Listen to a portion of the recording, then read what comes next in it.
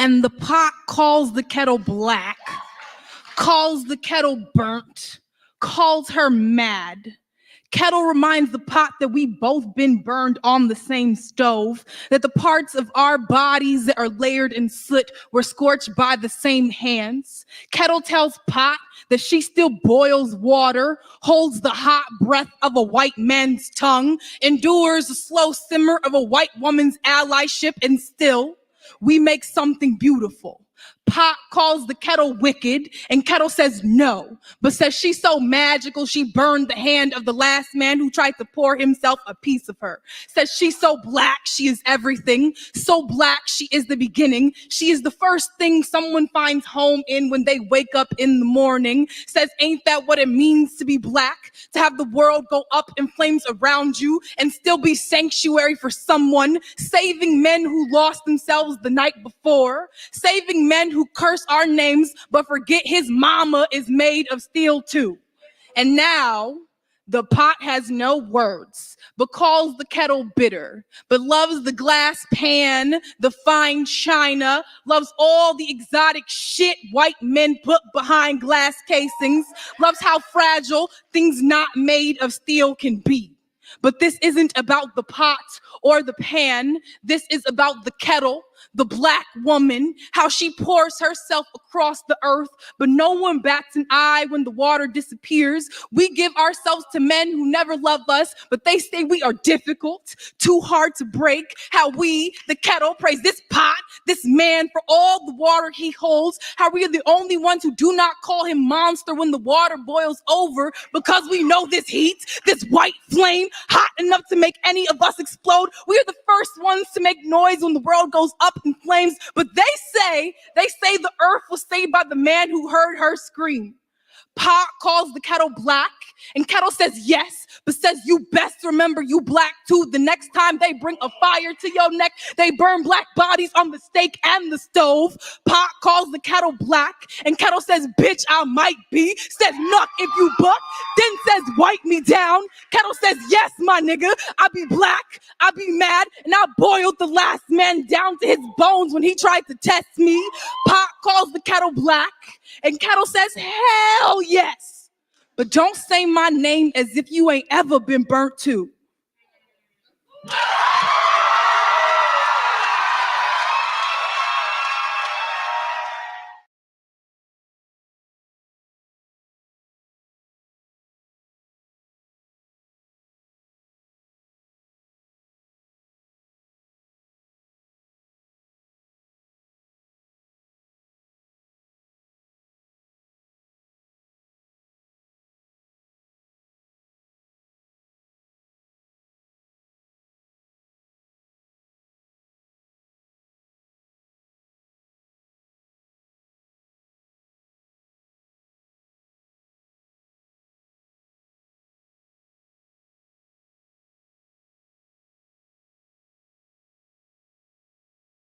Why do narcissistic people not want you to do anything in life that brings you joy?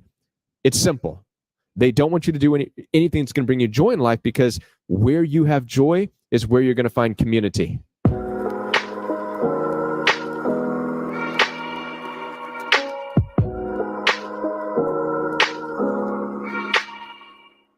What I challenge people to do as a coach is to start to take steps in the face of a narcissistic person that you're dealing with. So if you're, for an example, in an abusive marriage with a narcissistic person who has told you over a 15-year period that you're dumb, the things you're into are stupid, why are you doing that job? You're not making any money. Why do you hang out with those people? They're dummies, right? And this is all the bullying stuff that narcissists like to tell you. And let's say that it's gotten you into this place where you're now not doing anything and you're afraid to. So you've been sitting, you're in this 15-year marriage now, and you're sitting, you have no more hobbies, you have no job.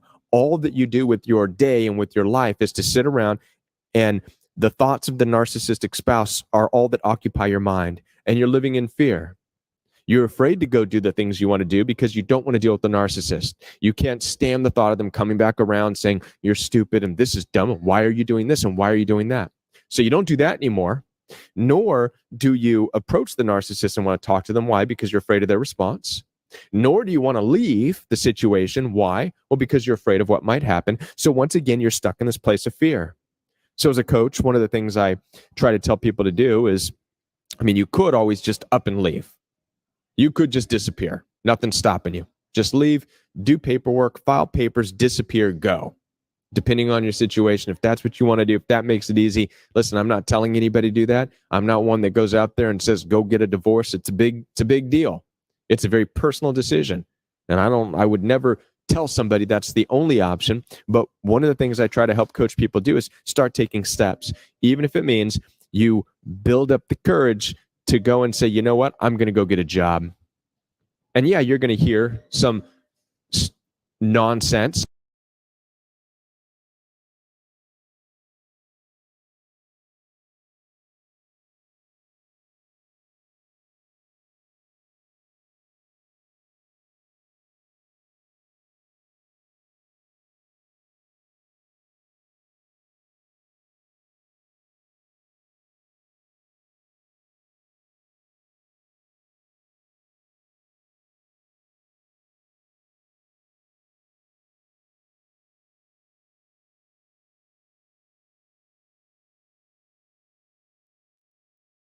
I saw that video of that lady complaining about her husband not really doing anything for Mother's Day. Not to put my parents' business out there, but growing up, I never really saw my dad do anything romantic for my mom. I actually never even saw them kiss. All I saw was my mom getting up at like 5 a.m. and going to work and coming home and going to sleep. It was kind of like the breadwinner of the family, and she just lived to like make our family work. Of course, obviously, flash forwarding into my adult life and dating life, I grew up with this idea that men are just incapable of romance. That women kind of have to be the head of the household to just make everything work. Flash forward, I have this boyfriend, probably still to this day one of the sweetest guys I've ever dated. But of course, like my childhood, he was not someone that did a lot of romantic gestures or grand gestures, and I was kind of like the one that wore the pants. I just figured shit out. Today, we're just sitting and talking, and he's telling me about his ex-girlfriend, and he's telling me about how she was just so materialistic and she required so much. So much so that he literally went to get a second job in order to buy this girl stuff that she wanted. It's funny because I knew this girl from my hometown, and my friends and I would literally laugh at how much this girl was capable of making men turn out for her. I'm talking about buying her dogs, taking her on trips, like doing the most for this girl. And it was without fail every single boyfriend she dated. I was the boyfriend that was incapable of showing me romance and love, able to do that for her. But it's not that he was incapable. Men are actually very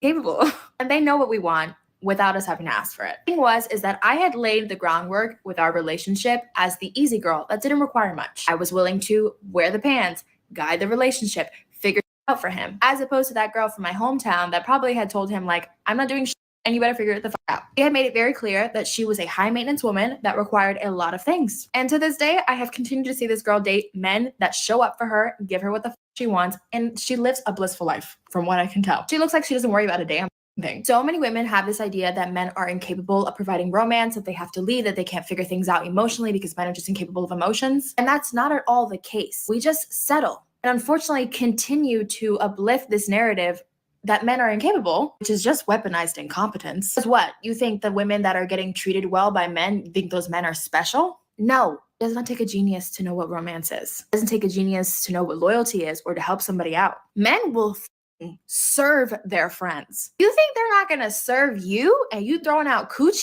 You allow them to lay the groundwork that you can just come on in and just chill at home and I'll figure it out for you. Hear from me? I did that with every single one of my relationships and I ended up with a bunch of dusties. And we'll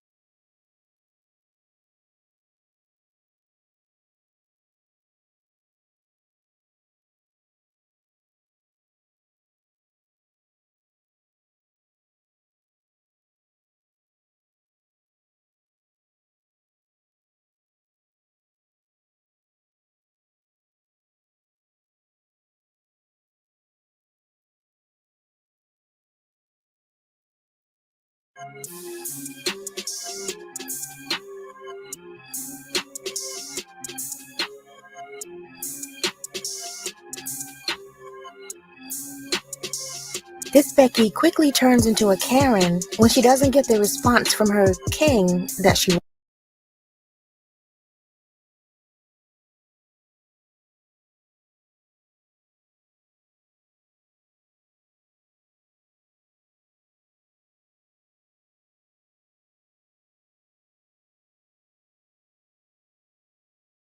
wanted. Karen always knows that she can call her men to come handle the situation, to come put this black man in his place, even to come toe tag him if necessary. As you can see, Becky is still wearing her work ID, so she left work early to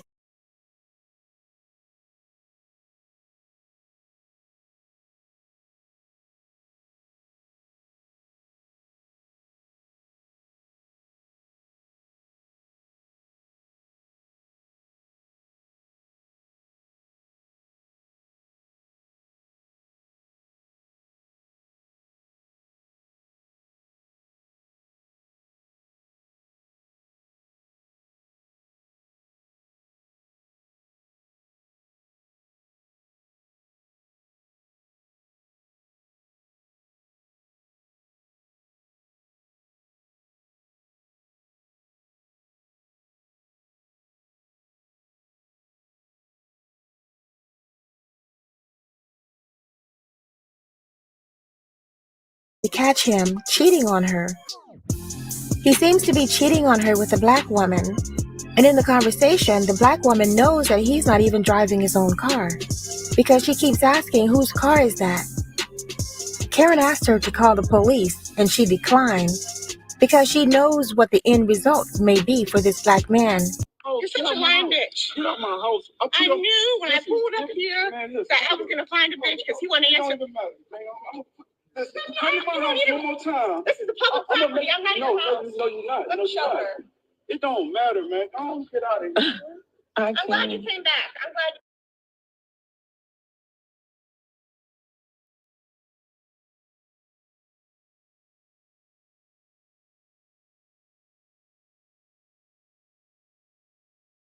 I haven't threatened you. Call the police. I don't have ankle monitoring. Call the police. I didn't threaten you. I'm gonna walk in that bitch.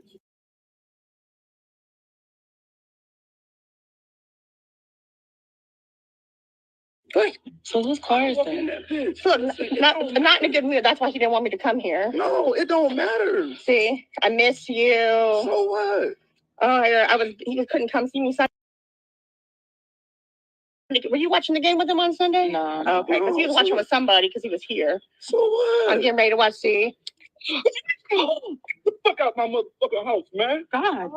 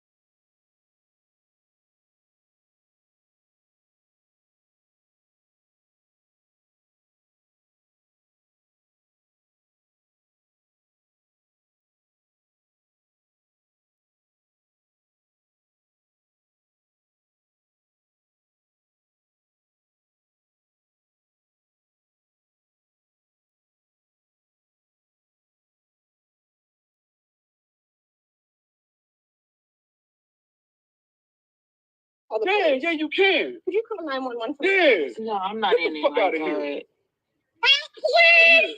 Please. Get out of here. Now you owe me a fucking phone. I can't get over to my son. Get out of here, man. Please. Man, get out of here, man. Please. Get your ass out my house, you just assaulted me in my phone. Get out my fucking house. 911. Somebody call the police, please. Whoa. Please call the police. Hey, Naomi. Look, hold up. What'd you call me? No, hold up. Hold up. It don't even matter. Did you call me Naomi? Naomi, hold up. I have a 6-year-old son that I need to get a hold of. You fucking piece of shit. Go ahead and hit me. I swear to God.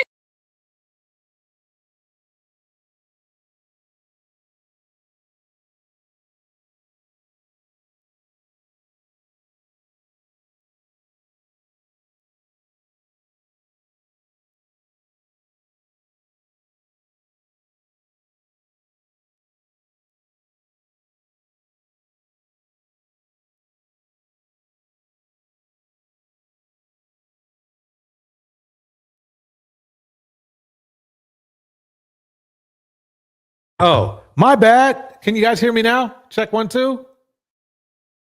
I appreciate everybody being patient. Man, okay. Can you guys hear me good? You guys can hear me good now, right? Okay, we're going to go over this video one more time. Here we go.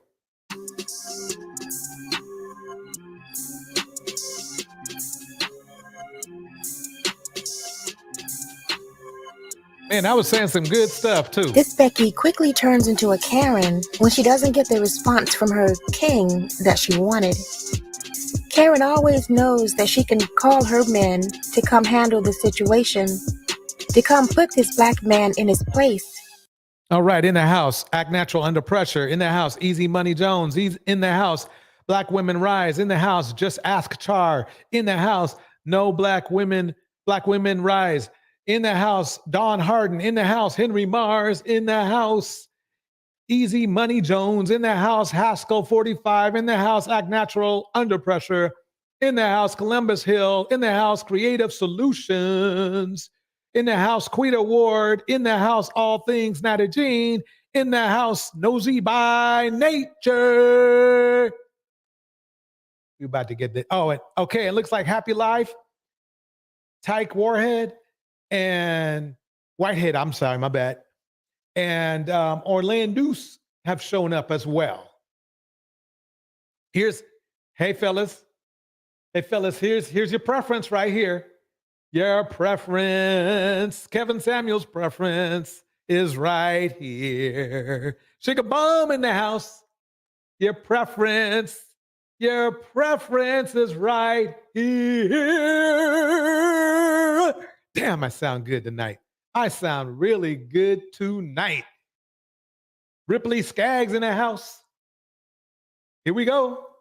Even to come toe tag him, if necessary. As you can see, Becky is still wearing her work ID. But she left work early to catch him cheating on her. He seems to be cheating on her with a black woman. And in the conversation, the black woman knows that he's not even driving his own car, because she keeps asking, whose car is that? Karen asked her to call the police, and she declined, because she knows what the end result may be for this black man. You're such a lying bitch. Get out my house. I knew when I pulled up here that I was going to find a bitch. Even after he went low down on 2 women, the black woman was kind enough not to. Number one, why should she call the police? But number 2, she was kind enough not to call the police, even though this guy's dusty as the desert. Dusty as the desert. In the house. Sutton Bay is in the house. Camo in the house. Sugar Bum in the house. Ripley Skaggs in the house. Let's keep it going. Because he want to answer. Listen, come to my house one more time. This is the public property. I'm not in your house. No, you're not. Let me show her. It don't matter, man. Don't get out of here. I'm glad you came back. I haven't threatened you. Call the police. I don't have ankle monitors. Call the police. I didn't threaten you. Okay. Good. So whose car is that? So not in a good mood. That's why he didn't want me to come here. No, it don't matter. See, I miss you. So what? Now, the only mistake this black woman made was she didn't leave. Because it appears that she's in her own car.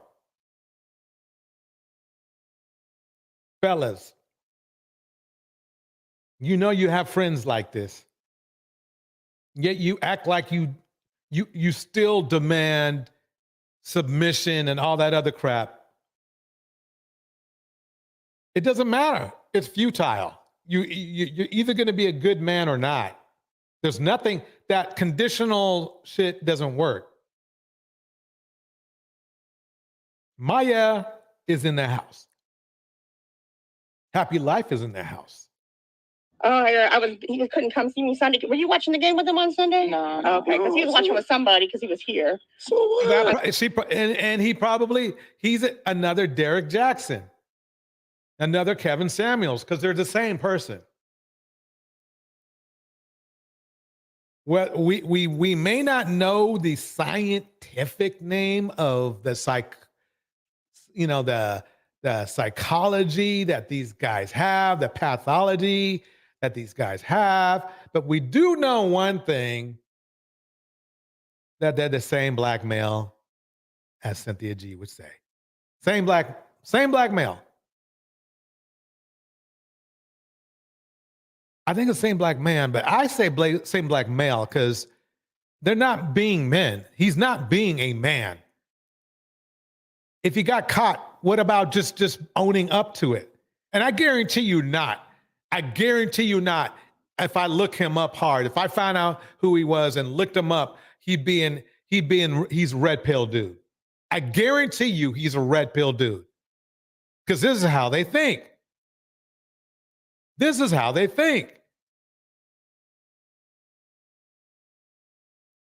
Got his hands all over this woman's car.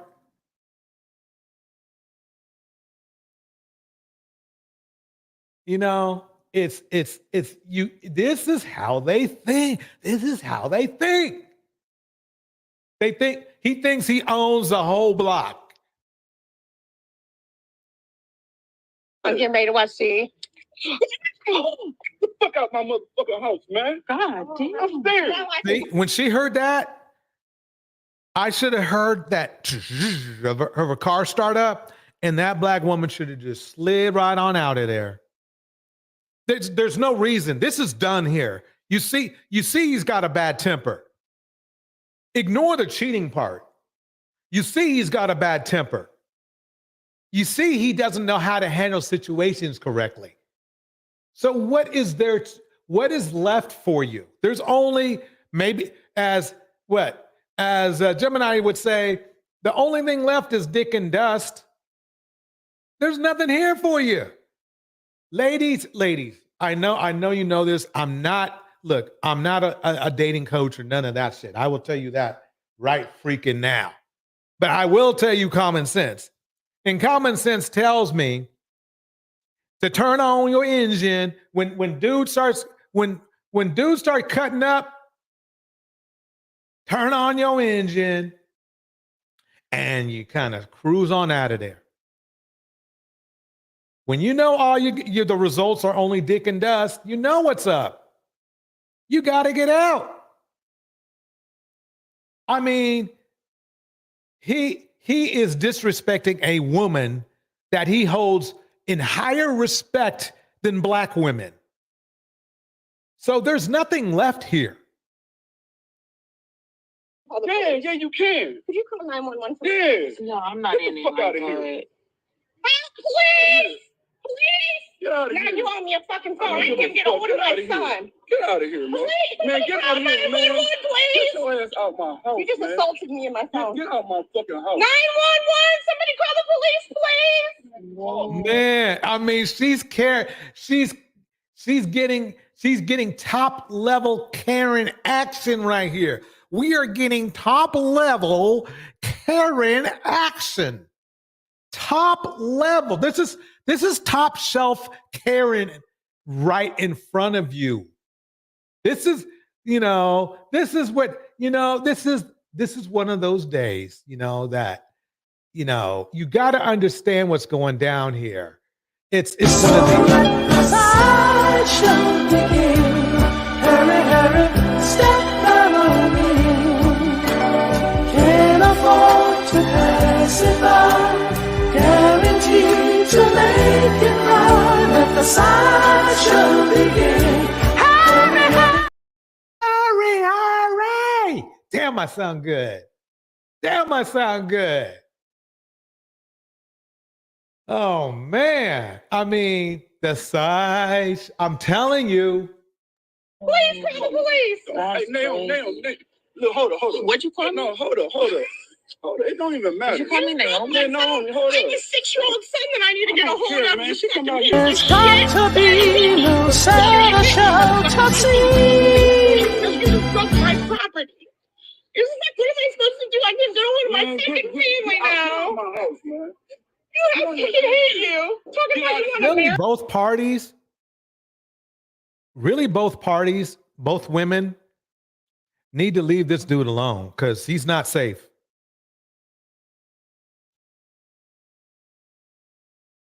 He's not safe. He's not a safe choice. They should have chose better. But you know what's funny? Red Pill would defend him. Well, they should have been more submissive. They should have been more feminine. Why didn't the black woman get out and fight the woman, the preference? Marry me? This is how you treat somebody you say you want to marry? You would think that Told her he wanted to marry her. That's how deceitful he is. I mean, Becky or Karen would know by now that black men don't marry anybody. They'll turn you into a baby mama, which he did, and he'll cheat on you, which he did. So this is what black men mean when they say they choose Becky because they're fit, friendly, submissive, soft, cooperative? Or is it really that black men know that black women won't put up with this kind of BS? T-Salt in the house. Can somebody please call police? Call the police. I love it. Call the police. Who can it be now? Wow, we're going to keep this going.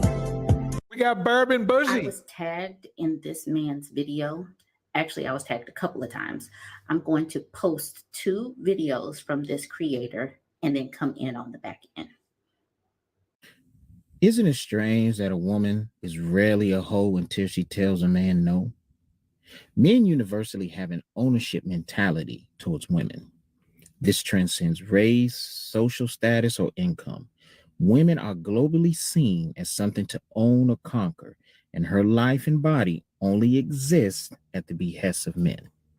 That's why you wear a ring when you're married, so other men know you belong to a man, like a slave, brand, or product label. No ring, no owner. But the size and value of the ring determine if that woman can be poached by another man with greater wealth and social status. That's why famous musicians always sing about fucking your wife and sending her back home soiled and used up. See, the thing is, in men's eyes, every woman, especially attractive women, should belong to an owner. That's why marriage, motherhood, and patriarchy is forced upon women, and any woman rebelling against the status quo or bear children without an owner is shamed as undesirable and a blight on society. All right, in the house, Deontay Grant, Mickey Montana, Sugar Bomb, Henry Mars, Black Women Rise. Let's keep it going. This is why men created so-called whore culture.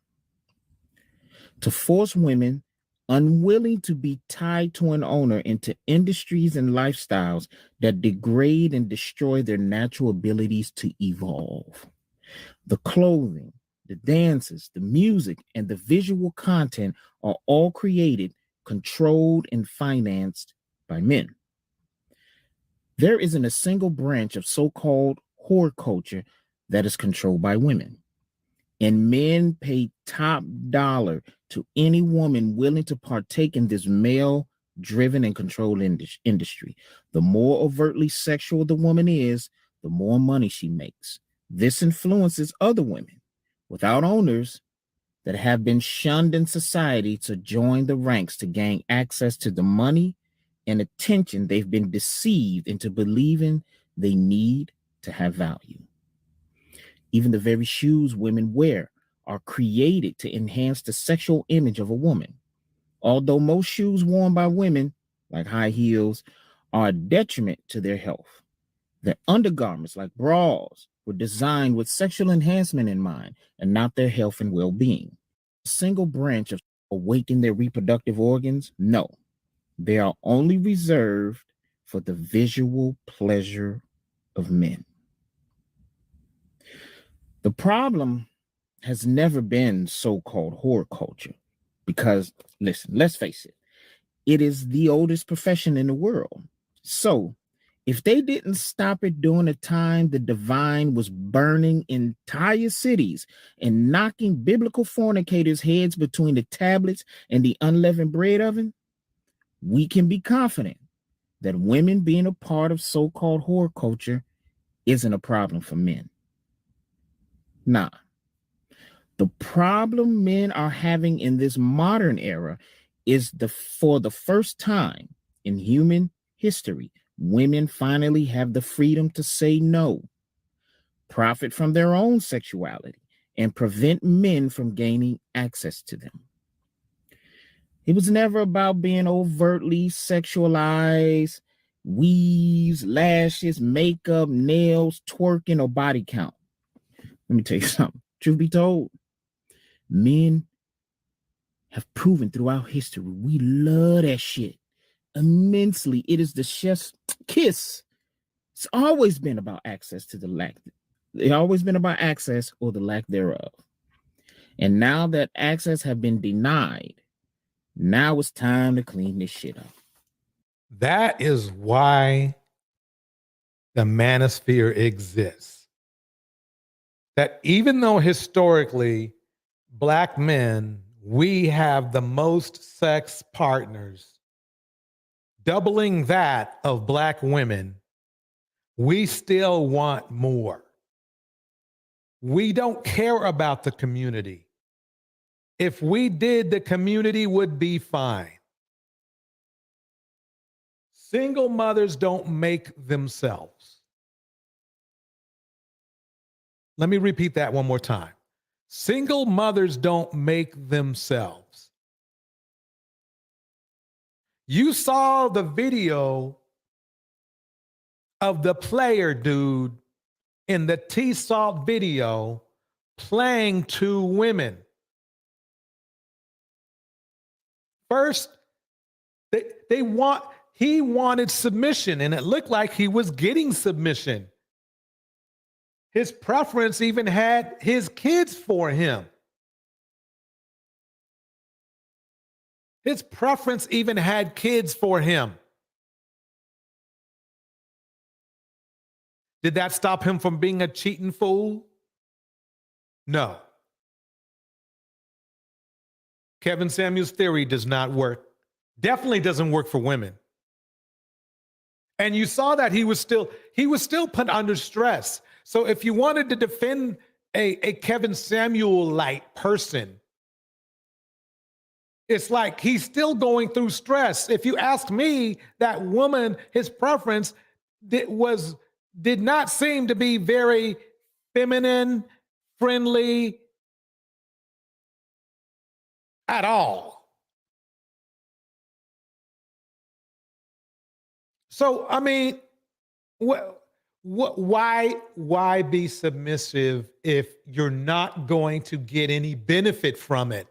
You're not. There's nothing, it's like this. Submission should be automatic. It should be natural. You should just do things because you want to do that.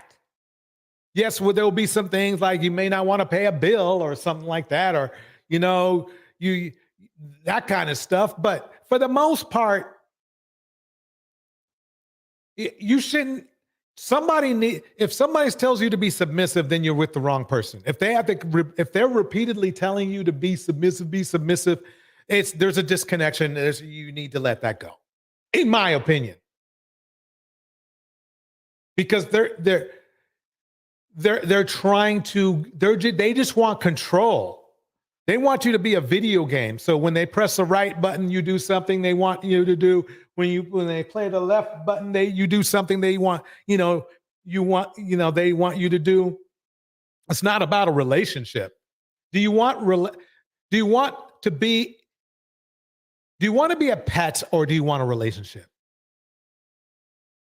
In their house, Sugar Bomb. In their house, Bridget Mouton. In their house, Let's Plateau with Lolo. In the house, Don Harden. In the house, Orlando Deuce. We need to really think about this. Women can do this too, but right now, we're talking about the men who do this. But this can address women. In fact, I'm going to do a little quick tidbit for the guys. Look, if a woman keeps you running for the loving. Yeah, I go way back. That's Brothers Johnson. Run for love. If you always feel like you're chasing, even when you're in a relationship, you should evaluate that. But okay, back, and that goes for really both. That's really for both genders right there. If you feel like you're doing the work, if you're doing everything and you're running for the loving, I don't mean sex, I mean love. Then it's clear something ain't working out. Nah. Y'all wildin'. Fuck out of here. Yep. Yeah, wow. That's for sure. I want to break down. Where are we at? Right here. Oh shit. Being verbal. If she's respond to his hands with his hands. If she's being verbally violent and emotionally abusive, and he responds with his hands, is that fair play? No. Okay. Why not? Because men are physically stronger than women, and a real man will walk away. Thank you. That's at the root of everything, gentlemen. Ladies, that's at the root of everything. This is coming from a dude who allegedly beat on his own daughter. So basically, that's the funny part. And yes, I do have receipts, but I'm not showing them in this video. No. I do have receipts. Court records and shit. Yeah. So he was not invited. This is not a role model here, but keep going. Keep listening. Yeah. Tim in the house. Yep. The cheerleader. Kitten heels. Let's let him finish his spiel though. You're a woman that believes that men are stronger and men should walk away. Then if that's the case, then you should keep your mouth closed and not incite a man. Because you can't whoop his ass. But how many women do that? Thank you. I don't know. I know. Ma'am, no matter how you, I'm not talking about you. Okay. That woman was almost 6 feet tall, 5'11". See, this is a violent, I'm not going to say Kevin is a violent man. He would probably be violent if he had enough muscle. Obviously, he was not in the best of health, so he couldn't do that. In my opinion, of course, that's my opinion. Let me say this, fellas, there are much more stable, well, of course, Kevin passed, so we have that part. But I'm not saying don't listen to a man about man relationship stuff. I'm not saying that. But there are better people to follow. Remember, this is the same man who dissed a multi-millionaire called Russell Wilson because he treated his wife good. No other reason. No other reason. He treated his wife good. So if you treat, let's say you treat your wife good, right? So you want some dude like this who has the history he has, which is not that great, telling you, sir, how you should treat your wife. How you should treat your relationships. You want to listen to this guy, Mr. Messi. And I don't mean the soccer player. No. Wrong. You say women choose wrong. Well, you chose him, so you still chose wrong yourself. I mean, the proof is in the pudding. You've seen the pudding. I'm tired of these tired ass Kevin Samuels channels popping up everywhere, misguiding men, making things worse on women, making things worse on men. Making things worse on men because you're not getting any positive results from this. You're just getting more angry and more mad. Then you go out and you're giving off that angry, mad Kevin Samuels energy. And you wonder why women are kind of like, what? I'm walking the other way. A perfect example is Austin Holloman. He's not a bad looking guy, but he himself admitted that women were not feeling him in the United States. That's because they felt his creepy vibes. Fellas, you cannot fool women. You can fool women, but you can't always fool women, especially the ones you probably want. I'm telling you, I'm keeping it the real deal.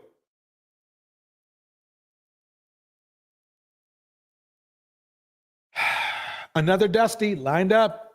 Don't worry. We aren't dusting all night, but here we go.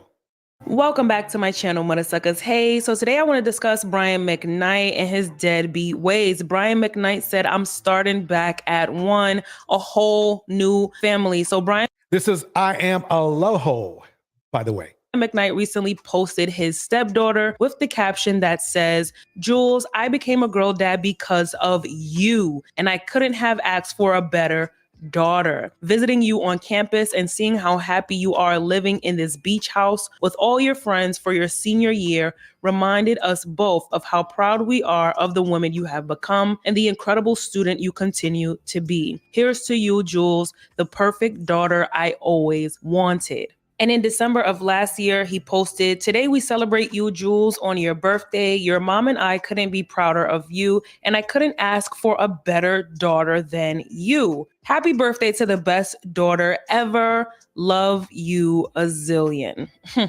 Boy, bye. Brian McKnight saying that Jules is the perfect daughter and that he became a girl dad because of her is very odd because he has a biological daughter. Brian McKnight has 2 sons and a daughter from previous marriages or previous entanglements. But if you take a look at his Instagram, it's adorable too. Today is as if he doesn't have any kids other than his stepkids from his recent wife, Leilani. Y'all, even his Instagram bio says husband of Leilani, father of Julia, Jack, Kekoa, Mateo, and Brian Kayona Makoa. Who are these? Brian McKnight was the man back in the day. And I mean, he's a great talent. Unfortunately, as Tam mentioned, yeah, he is a piece of shit. He is. I mean, let's just be blunt. Yep, I agree. Tam said this. Brian McKnight is truly a piece of shit. He purposely made several social media posts aimed to hurt his biological kids, and he knows it. And the funny thing is that he takes no ownership or responsibility for the results he's getting. He's not. He's thinking he could just erase the whole problem. Let's keep listening. Let's keep listening and see what's going on here. These people, where the McKnights? Where are the original McKnights? Now, don't get me wrong. I don't think there's anything wrong with blended families and treating your stepchildren as if they're your own. In fact, I encourage that, but not at the expense of your biological children. They're not a replacement. They're an addition, okay? You don't see him with any of his children or... Welcome to the stage, Tam. Hey DJ. I really, really have to say this. I'm not trying to interrupt your show, but I've been watching your show for the past few minutes. And when this Brian McKnight thing came on, I'm sorry, I have to get this off my chest.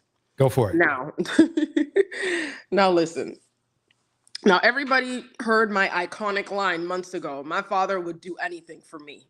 And that's something I stand by that today. I'm a huge daddy's girl, so fathers, especially great black fathers, I hold in high esteem. And I'm sorry, I will always own that. That's why I think Brian McKnight, I'm sorry, is truly a piece of shit. And this is why I say that. I agree with the young lady. There's nothing wrong with, having a blended family. You're treating your wife's kids as your own. That's fine. That's fine. And you know what? If he doesn't want to show his biological kids on social media, I'm even okay with that, because I know certain celebrity parents, they're kind of funny about showing their kids on social media, especially if the child is old enough to say, hey, mom and dad, I don't really want to be on social media. I'm private. But that's besides the point. This is where I feel like Brian McKnight is a piece of shit. It's what he was doing on social media. The way he was saying, making a post to his stepdaughter, oh, you're what made me a girl dad. That was a purposely fuck you to his biological daughter. I'm sorry, it was. Yes, it was. He knew what he was doing. He could have just said, oh, happy birthday, I love you, But for him to say, you're what made me a girl dad, that was, like I said, that was a fuck you to his biological daughter, and you cannot convince me otherwise. And the fact that his first son is named Brian McKnight Jr., but then this newborn son he names him Brian McKnight Jr., he did that on purpose as a fuck you to his son. I believe it. I agree. I believe it. I think he wants to hurt his biological kids. I think he resents them. And I think he wants to throw it in their face that he values his stepchildren and his newborn son more than his previous children. I absolutely believe that. I don't think it was innocent. I don't think he's just showing love to his stepkids and his newborn kids. I think those social media posts was a shot at his biological kids, and you can't tell me otherwise. I'm sorry. Well said. I just wanted to put that out there. For you to name your child Brian McKnight Jr. when you already have a Brian McKnight Jr. just to hurt your son. I don't care how much money he has, and I don't care how talented he is. And listen, Brian McKnight, he is talented. Like, come on. I'm not going to lie. He had hits. So I would never take his time. But I don't care. He is a deadbeat, and he is truly a disappointment for how he's treating his biological kids. Exactly. I couldn't agree more. You nailed it. Even if he was estranged from them, there's still certain things you don't do. Those passive-aggressive social media posts, whether you're estranged from them or not, that's messed up. Go ahead. I'm sorry. Oh, no problem. Here we go, folks. You explained that so well. I can go to the next video. I got another Dusty. Here we go. And and I just want to say one more quick thing before you move on. When Brian McKnight, once he was getting all the backlash and everything, he made a video on his YouTube page. I don't know if you want to link it later. And I did watch the video because I said, okay, let me see his side of all of this. In my opinion, the video made him look worse. It probably did. It made him look worse. And I said in the comments, I don't know if it's erased. I said, I basically said everything I said here. I said, you know what you were doing. You were trying to hurt your other children. And I told him, I said, I guarantee these stepkids and this new wife of yours will eventually turn on you. That's how karma works. Exactly. It will. Watch. We're going to see something weird happen. We will. Okay, go ahead. Claudette, welcome to the stage. Hello, can you hear me, guys? Oh, wait a minute, I'm Sure sorry. can, Claudette. How you doing? Oh, Lord, I'm doing great. I love your show, DJ Torch. I love your show. Thank you. I appreciate the kindness. Yeah, I need to say one little thing, right, about this Brian McKnight situation, okay? You guys, you know, it seems like to me when it comes to, what's that guy named Sierra Berry? Russell Wilson. Yeah, there you go. Okay. He was all kinds of simps. You know, you know, it's a plethora of videos about him. You all know about that, right? Nothing new under the sun. Now, here we have a Brian McKnight, stepdad. Is it because he married, or I guess married his preference? I mean, think about it. Why these red pillars and these men, why they're not calling him a son? Maybe I missed That's a good point. It's a dang good point. Yeah. Right. Is black men only simps when it comes to black women?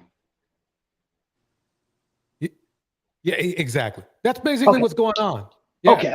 Okay. Claudette, you know, I'm sorry, go ahead. Oh, hi, Tammy. You're beautiful, by the way, sister. Naturally beautiful. Thank you. You're very kind. Okay. Yes, Tam. So I'm glad you said that, and I've thought this for a long time, but I've been hesitant to speak it out loud because I don't want people to misinterpret what I'm saying. But one thing I've noticed, and this is definitely not all black men at all. Right. Some black men I've noticed, especially with these celebrities and some of this manosphere nonsense, some black men love raising a white man's child. Interesting. Stay with me. Let me continue. Yes, ma'am. You won't catch them wanting to play stepdaddy to a black woman's kid. You won't catch them. But for some reason, they meet, I don't know, a white woman, a non-black Hispanic woman, an Asian woman, what have you, and she has a child, and it's like he cherishes the hell out of them. I've noticed that. Obviously, not all black men. I mean, Sierra's child, he's a black child. Russell Wilson loves him has his own. So I'm not saying all black men are like that. But I have noticed some black men, when it comes to their white stepkids, they cherish the hell out of them more than their own black kids. Mike Epps is a perfect example. Brian McKnight, perfect example. Excellent example. That's a very, very good. So just like some of those black men, sometimes I feel like just asking them, so you just love raising the white man's child, don't you? I wonder why that is. And mind you, and don't get me wrong, if you happen to fall in love with a white woman and you want to love her kids as your own, that's fine. But that doesn't mean you got to crap on your own. Exactly. That's all I'm saying. That's a good point. Like, it's okay to have your preferences. It's fine. It is. As Will Smith say, keep black woman name out your mouth. I'm sorry. It's just saying, like, it's okay. You can have a purple woman, a green. It don't matter. Why? Like, if I date or married a white man, do you honestly think I'm a crap? I was gonna cuss crap on my people. No, you don't have to. That's all. You got to remember, and I don't mean to say this on your show, DJ, but you got to remember, slave masses, they didn't impregnated our ancestors with. Yep. Okay, that's when the form that's where the word baby mama derived from. I'm telling you, deadbeat. You understand? But it's okay to have your preference. You ain't got to crap on your own people. Like, what's your point? Right.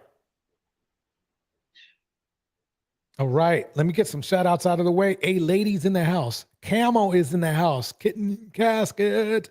You Are Important is in the house. Phyllis is in the house. Maya is in the house. Bridget is in the house. Man, we got everybody in the house. Tiff is in the house. Shigabama in the house. Eileen is in the house. We are going to keep this rolling. Don't forget to hit the likes. Don't forget to subscribe if you haven't yet. Okay, on to the next. Here we go. Burbnbougie. I made this post yesterday saying that Frederick Douglass is the original F Daddy. He walked so these current Dusties could run. I made this post, and apparently lots of people didn't know that he was one of the original Dusties. Let's get into. Let me pause this for 1 second. Tam, we should do a part 2 when it comes to Brian Ignite, because I just kind of went over him real quick, but his situation might be really worth a live. I'll let give that some thought. I mean, I'll give it some thought. It's just that the reason why I just wanted to say something about it real quick is because it's actually a very shitty situation, and I feel so bad for his other children. The sad part, it's painful to even talk about. That's just how outrageous it is. Mm-hmm. Yeah.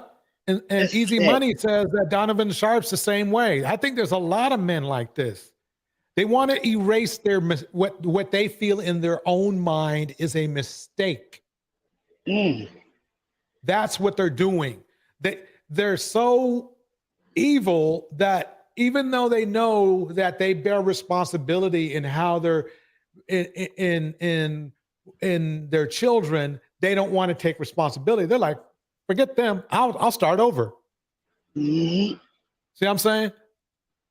Sad. Even though they were the hot mess in the past, and they bear responsibility.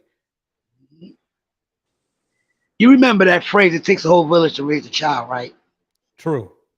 See, you know how I look at stepdads? Stepdads have stepped up because their biological dad stepped down. Right. You know. Exactly. And it's sad. It's sad to me because I was a Brian McKnight fan, but it didn't take. All it took was this thing that's like, nope, I'm done. Yeah, I'm not gonna lie. I still like Brian McKnight's music. You can't separate the talent from morals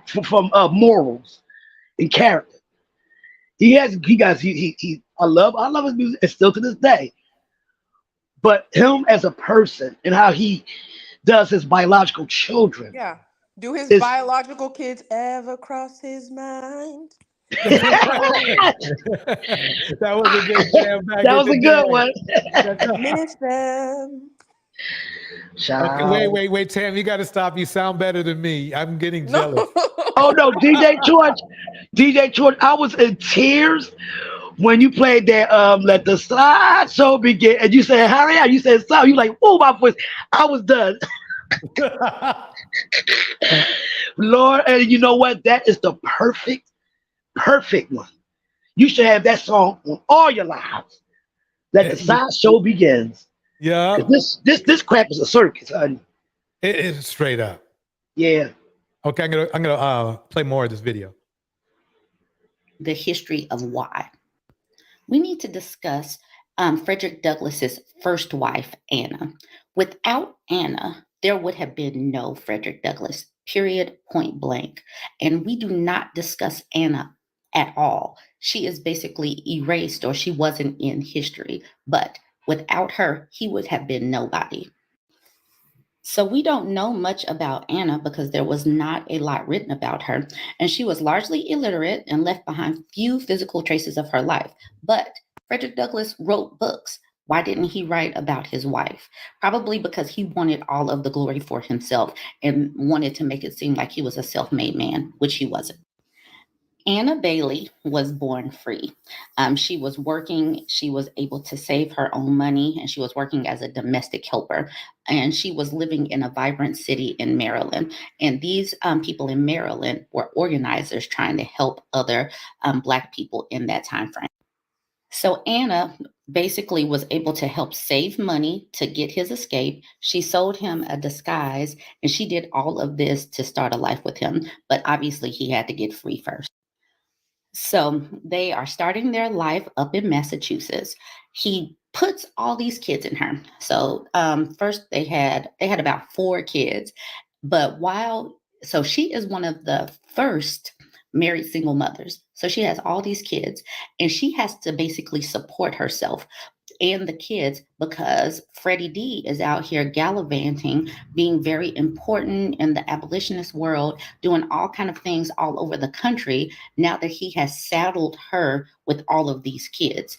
And not just saddled her with all of these kids, she has to work still to support the whole household, the kids, and everything that he is doing, gallivanting around the world. I'm sorry, around the country. So he went off to England from 1845 to 1847, and she was alone in this country in this, to raise her kids, well, their kids, but basically she was a married single mother, like I just said. So when he gets back from England, gallivanting around the world, now the home that she has helped create and build up, now he wants to host parties. He's done very little to help support this family, but now he wants to bring his house guests and have parties over at her house. There'll be a part 2 because we got to talk about the real F-boyness that Freddie D. So I am continuing my conversation about Freddie D, the original F-daddy. So when he gets back from England after gallivanting around the world and he's doing his abolition talks and he's writing his books. He pauses for 1 second. Jenny says this. Jenny says, they want to raise Black children. Them wanting to raise non-Black children is a very common thing, and they are proud of it. It's all about proximity to whiteness. They are so embarrassing. I couldn't agree more, Jenny B. You nailed it. Amen. Nailed it. Jenny, yeah, you are important. You're right. Preach. Jenny B, that's preaching right there. Phyllis says this. He's a freaking narc. He's trying to devalue his biological daughter. That goes for, basically he did. It's crazy. It's the amount of self-hate is deafening. It's amazing. It's sad. Hey, DJ Torch, let's not forget 50 Cent. Oh no. Another one and another one. Yeah. And another one. I could have a 24-hour live show with it showing all this dustiness, Ooh. He moves back home to the home that his wife has built and maintained with her own money while taking care of all of their kids that he left with her and he didn't really help raise. He brings in 2 alabaster women. Julia Griffiths, an English woman who helped with the North Star, lived with Douglas, lived in the Douglas household for 2 years, occasionally commenting on the lowly nature of Anna's work. And then he had another house guest, German Ottilie Essig, and they had numerous unkind things to say about Anna. So they're talking mess in her house.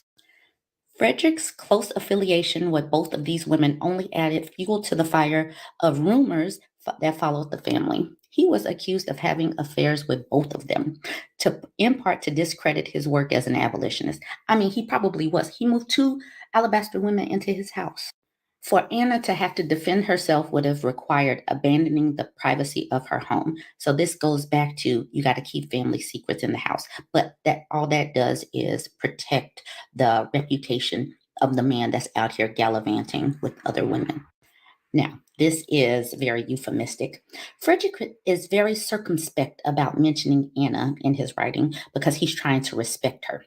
Yeah, right. He just didn't want to give her her due for what she did to help support him. So Anna dies in 1882 after a series of strokes, leaving behind a legacy that few people ever thought to explore. People judge Anna to not be good enough for their great darling Douglas. And this is true. He didn't write about her. He didn't edify his wife at all. Also, they're saying that maybe because she was a dark-skinned woman, she didn't get her due. Long story short, even back then, Frederick Dust. I was about to call him Frederick Dusty, but Frederick Douglas, not Dusty. Let me make sure I say it right. Was Dusty? See, the dust started a long time ago. Ash to ashes, dust to dust. Now let's listen to let's listen to a perspective from another black man. A man could be dead broke, but if he has a reputation for just being able to pull a lot of women, whatever, he's still looked at in high esteem in the community, in the black community, and that's wrong. So whereas in other communities, like you looked at in self-esteem by what you accomplish, how much money you bringing in, how many people you taking care of, how many people you employing. That's where the status comes from. But in our community, a nigga just could be out here just hitting bad hoes, be dead broke, $5 in his pocket. He's still looked at as like an upstanding, solid dude. Yeah, man, that's a real one right there, man. He got them hoes. Straight up. So I think that speaks to the programming. We got to change that. We got to start speaking about marriages on these platforms, the right marriages. Let me reiterate. We got to start speaking on the right marriages the right way. Like there is benefit to this shit. Like it's not all just gloomy and just sacrifice and just, oh man, I had to give up everything I ever wanted to do to be in this situation. We got to stop doing that. So yeah, that's an interesting, a very, very, very interesting statement he made. Claudette, what are your thoughts on what that man just said? Yeah, I agree with you saying. It's very interesting. It's just, do you think they're listening though? Like DJ, I don't know. I don't know. Yeah, I think what's getting you is you're not sure if he's being genuine. You done read my mind. You're not sure because, I mean, when somebody says something, I listen to what they say, but then I also watch the company they keep. Exactly. I'm sorry, go ahead. And I've just seen the company he keeps, and it's kind of interesting. Anyway, in the house, Feisty Black Tina is in the house. Bridget Mouton, A-Lady, Happy Life. D9 is in the house. Tiff is in the house. And of course, Camel is in the house. Creative is in the house. Okay, so let's go to this one. So fast forward.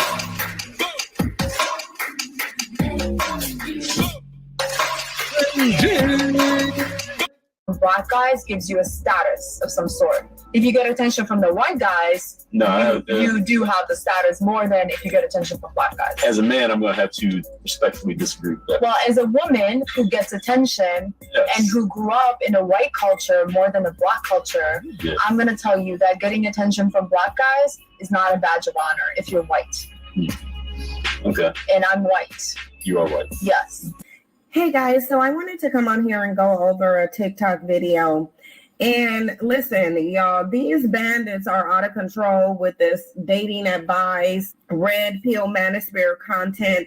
It's really like all of a sudden you saw a whole bunch of bandits who are unqualified, have a string of failed relationships, don't take care of their kids, are delinquent on child support, have somehow became these dating experts and these experts on what women want, female nature, femininity, and what it takes for women to maintain relationships. And it just so happens that the group of men who fail at relationships the most are the primary ones doing this. This is not to say other people are not doing it. However, other groups of men are not annoying the hell out of everyone with their contradictory, ill-informed relationship advice. First of all, let's talk about black men giving relationship advice. These are the males who are literally the least likely to get married, and statistics validate that they don't get married. They don't make relationships work with anybody, not even their preferences. They don't know the first thing about being men. They lack resources. They haven't built anything, have no successes under their belt. Did I mention that according to data, they fell in relationships with all groups of women and are the least desired men on the planet, yet they are the main ones who have the loudest, most annoying voice giving women advice on how to keep men when they themselves cannot keep women. And it is obvious. You can listen to what they're saying and see why they fell in relationships. How are you the biggest experts on female nature and what women want, but your knowledge of what women want and female nature does not enable you to be successful in relationships with women? And that's because a lot of these bandits want to suck dick anyway. Let's just put that out there. A lot of them don't like women. They have no control or power in society. And the only way that they believe that they can have power is to manipulate women. And unfortunately, there are too many women who allow them to manipulate them, and those are Black women. See, because the thing of it is preferences never really value these bandits. Preferences look at them as suckers to be licked. They look at them as the failed males of society. Now, I'm not going to say that there isn't a small sector of throwbacks who may see value in them, but at the end of the day, the majority consensus is that these are not desirable males. They don't make good fathers. They don't make good husbands. And the only thing that they are good for is what swings between their legs, if that, because a lot of these preferences are now talking about how the concept of BBC is a myth. You guys saw the clip in the beginning of the video, and that was from a woman of no color who was in a video with her boyfriend, the Black man. And within that video, she told him getting attention from them is not a badge of honor, and that BBC concept is a myth, as well as the fact that these bandits are not better in bed than men of no color, which is also a misconception. So the reality here is that the louder and the more annoying that the voices of these bandits become, the more they push away their preferences, the more they show the world who they are, the more they show the world of non-Black women why they shouldn't be with them, because ultimately they're just going to get the same Black men. Now, when it comes to Black women are literally choosing to listen to the advice of bandits who have abandoned them in the community, leave them single mothers, refuse to build, provide, protect, or engage in any behavior that signifies manhood. And I would like to know why, with the exception of Black male worship, because not even Black women should be taking advice from these bandits. So who are the bandits in question here? This is from the Krew Season podcast. And if you guys remember, I've actually done content on some video clips by the Krew Season podcast, and even had a small back and forth with them on some sister talks based on them responding to my criticism of their ill-informed, inaccurate advice on dating. And exactly that I even she knows. I would like to welcome to the chat Siobhan. Siobhan is in the house. Siobhan is in the house. Happy Life is in the house. A Lady's in the house. We got an all-star cast up in the chat. Black Women Rise is in the house. We have Bridget in the house. Maya in the house. Phyllis in the house. Easy Money Jones in the house. We're going to keep it going, though. We're going to keep it going. in this video, you have these bandits sitting up talking about what men respect and what men don't respect. Listen, even though these are bandits, I will say one thing. They have higher standards, boundaries, and expectations than Black women do, despite the fact that they don't provide anything.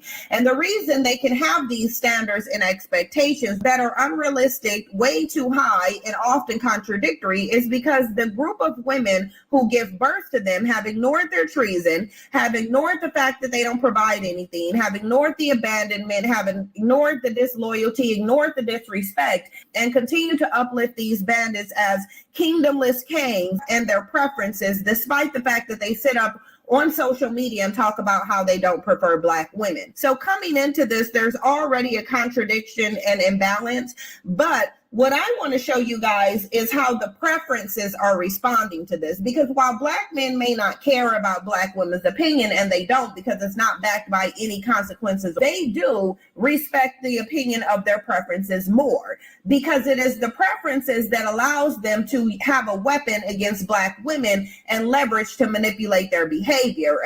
If you've been considering homeschooling... Pause it right there. Yep. She broke it down. She broke it down. I'm gonna go on to this next one. We are gonna mix it up here. Guess what? Guess who? Your favorite mammy, everybody. Here we go. You know why? After 14 years, I recognize he don't love me the way I want to be loved. Lord, I just don't want to be like this. See, I need to play that over. Listen closely. Listen closely. Here we go. You know why? After 14 years, I recognize he don't love me the way I want to be loved. I just don't want to be loved like this. See, I don't get to tell people how to love me. I get to see how they love and then choose if I want to participate. This same woman is telling somebody that they need to choose a bus driver. Thank you. Thank You you. know, after getting hands and feet thrown all over her for what, 15 years? I think she said she was in a relationship with him for what, 40 years or something weird. She's getting all it's like Wake she it would, up. yeah. And the funny thing You is know this what? is that you would think she would have supported what Ebony was saying. You know what amazes me, DJ? I don't mean to cut you off. No, go for it. It always seems like those talk about what we should do and how we should act and how we should respond to degeneracy, right? They always be the ones that they don't have nobody. How are you going to tell someone what you should do to keep a relationship with them? Well, you know, with this, what would you call that? Male explaining, okay? And marry, but yet still, you know, in your heart what you went through. Right. But you're trying to tell other women you shouldn't do this, or man, you need to do this. I don't get it. Yeah, it's weird because it seems like it's weird. I would say that half the mammies that are out there in the manosphere, they were dogged out by their men. Like look at Melanie King. Look at Melanie King. She her husband was sued her. Yeah, she got dumped by her husband. Okay, and right now she's in some kind of crazy, at least allegedly, she's in some kind of crazy divorce thing, divorce proceedings going on. Yeah. Now, you would think she would be at the very least be level-headed, but no, she has made it a point to talk smack about Black women. It's like, wait a minute, did he beat you so hard? Did she beat your self-esteem so hard that you lost all of your self-esteem and you don't even like people who look like you? That's the a weird good point. Thing. Yeah. It's a good point. Yeah, it's weird. It is crazy. And I think I got another one.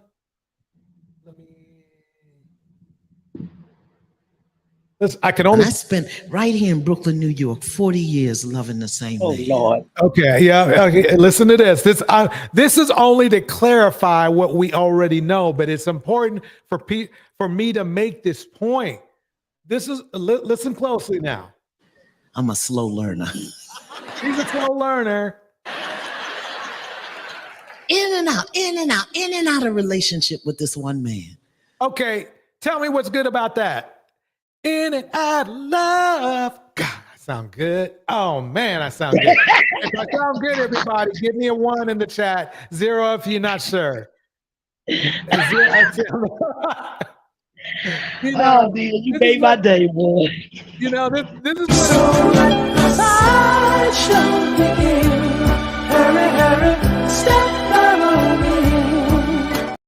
All right, let me see them ones in the chat. I know I'm good. Hey, wait a minute, Bio, watch out. What's up? What Bio? What? Come on. Okay, let's keep it going. Here we go. Let me mute my mic. Trying to get from him what I didn't get from my daddy. But I didn't know it at the time. I thought it was love.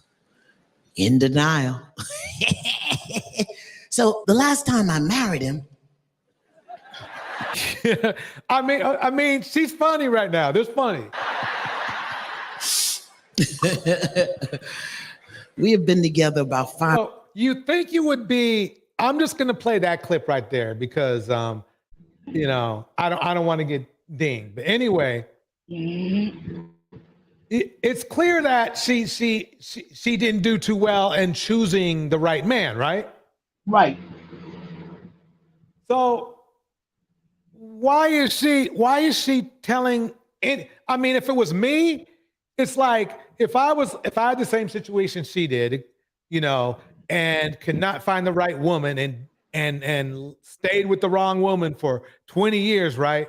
You would think you would think I would be a little bit, I don't have this relationship thing down. Let me shut up about it. No, no, she didn't do that. What'd she do? Another piece of production.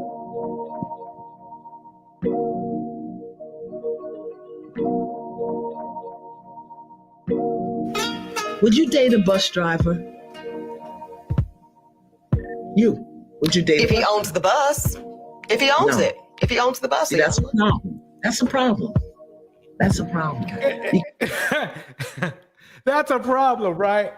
She's saying because she won't date the same black man that she dated, that she married, right? That's a problem. That's a problem. It's like you missing out. Because the standards and requisites, and I'm not talking about him laying on his sofa playing video games all day. I'm not talking about that. But the standards and the criteria that we use to measure men is off for who we are as men. Wait a minute. You're saying it's off. You are ridiculing her, saying that she is wrong. But you had hands and feet put up all over you for years and years. You admit you were wrong, but now she's wrong for being, let's say, picky. I mean, she dated a bus driver and he let her have it. He let her. In fact, we should go back. Well, no, I can't go back. I don't want to ruin that, But she makes a comment in that video that he resented her because she was smart. He resented her because, and I'm talking about Ayanla, that she was successful, intelligent, and all of that. So she realizes that because she picked a bus driver, it didn't work out. How in the world do you turn around and tell somebody is wrong for not wanting the same result you received? I fail to understand. Phyllis B says this. He used her to come up. Yep. They didn't have any pics of her. If you search him, they have pics of his Becky and 2 years. Oh my God. Wow. But then he got himself a Becky too. Wait a minute. Wait a minute. I'm sorry, DJ. Go ahead. No. Go ahead. Are we talking about the same person on? Yeah, him. The same guy who put hands and feet on her. He did it. He did a Brian McKnight. He erased Ayanla from his life and got himself a Becky. He did a Brian McKnight. That's basically what went down. This is crazy. This is amazing. And who they are in this society. I would date a bus driver. There are things that Yemi does that drive me out of my mind. But she says her off-the-cuff comments went too far, seriously damaging her own relationship. Women don't choose a man because he looks good. He gotta have some money, because if not, he gonna be by himself. My man ain't got no money. By himself, you know? I love it. That's what she said. Ayanla said about her dude right here. I love the way T-Saw be breaking it down. If you have not subscribed to her, please do so. My man ain't got no money. My man ain't got no money is telling a millionaire lawyer, okay, a multi-millionaire lawyer, she needs to choose better. We got to let that percolate for a minute. We got to let that percolate for a minute.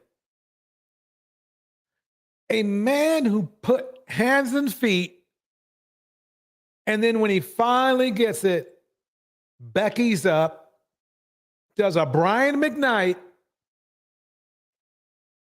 but then somehow she still wants to defend men like this after getting hands and feet, after her hands and feet career. What? How does that work? You ain't got no money.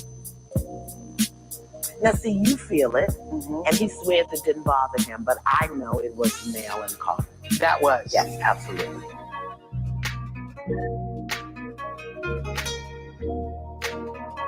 Now, this is the thing. That's real. That's some super mammy stuff right there, if you ask me. I mean, and the reason why is because why she's a super mammy is number one. She has more influence than most in our culture because of her history of being knowledgeable and everything like that. Not everybody knew about her. You know, I mean, we saw what was going on in that live show, but you would think that she would be somebody you could listen to and understand. And listen to. She's a doctor and everything. Everybody knew that Kevin Samuels is kind of a scam artist. Everybody knows Chantel Simone is kind of like a scam artist. She's just in it for the money. Everybody knows that, you know, Melanie King is a scam artist. You know, MTR is a scam artist. They know that those people, but Ayanna is dangerous because she actually has some for real credentials. So to hear this garbage out of her and telling Black women to specifically, she's not telling white women, she's not telling Asian women, she's not telling Latin women to settle for less. She's telling Black women to settle for less. There's nothing wrong with being a bus driver. I'm not saying that. But but she's telling a woman who is a millionaire to get a bus driver. That's the problem. That is a huge issue. Those are two completely different lifestyles. You know, so and you know what happened?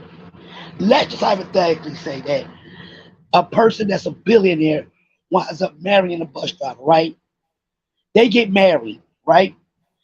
Right. By this person being a billionaire or millionaire or whatnot, right? So whatever happened to the point that they wind up getting a divorce, guess who's going to be paying the alimony? Right. Here we go. Now land.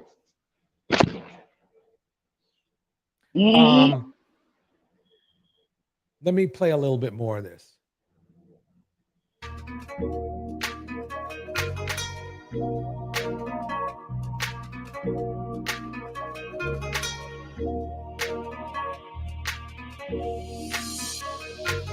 All right. On to the next one. Let's see what Ayanna's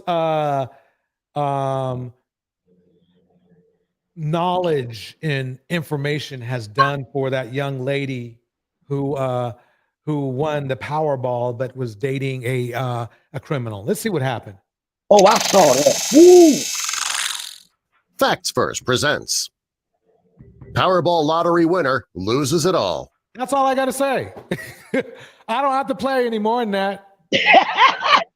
There's your bus driver. There you go. There's the advice right there. There's the advice right there. DJ, you is awesome. That's a very good comparison. Yeah, I mean, she had a whole TV show on this young lady. Look at all the help she gave her. After the show, this is the result. So obviously, what Ayanna is saying is not the right thing.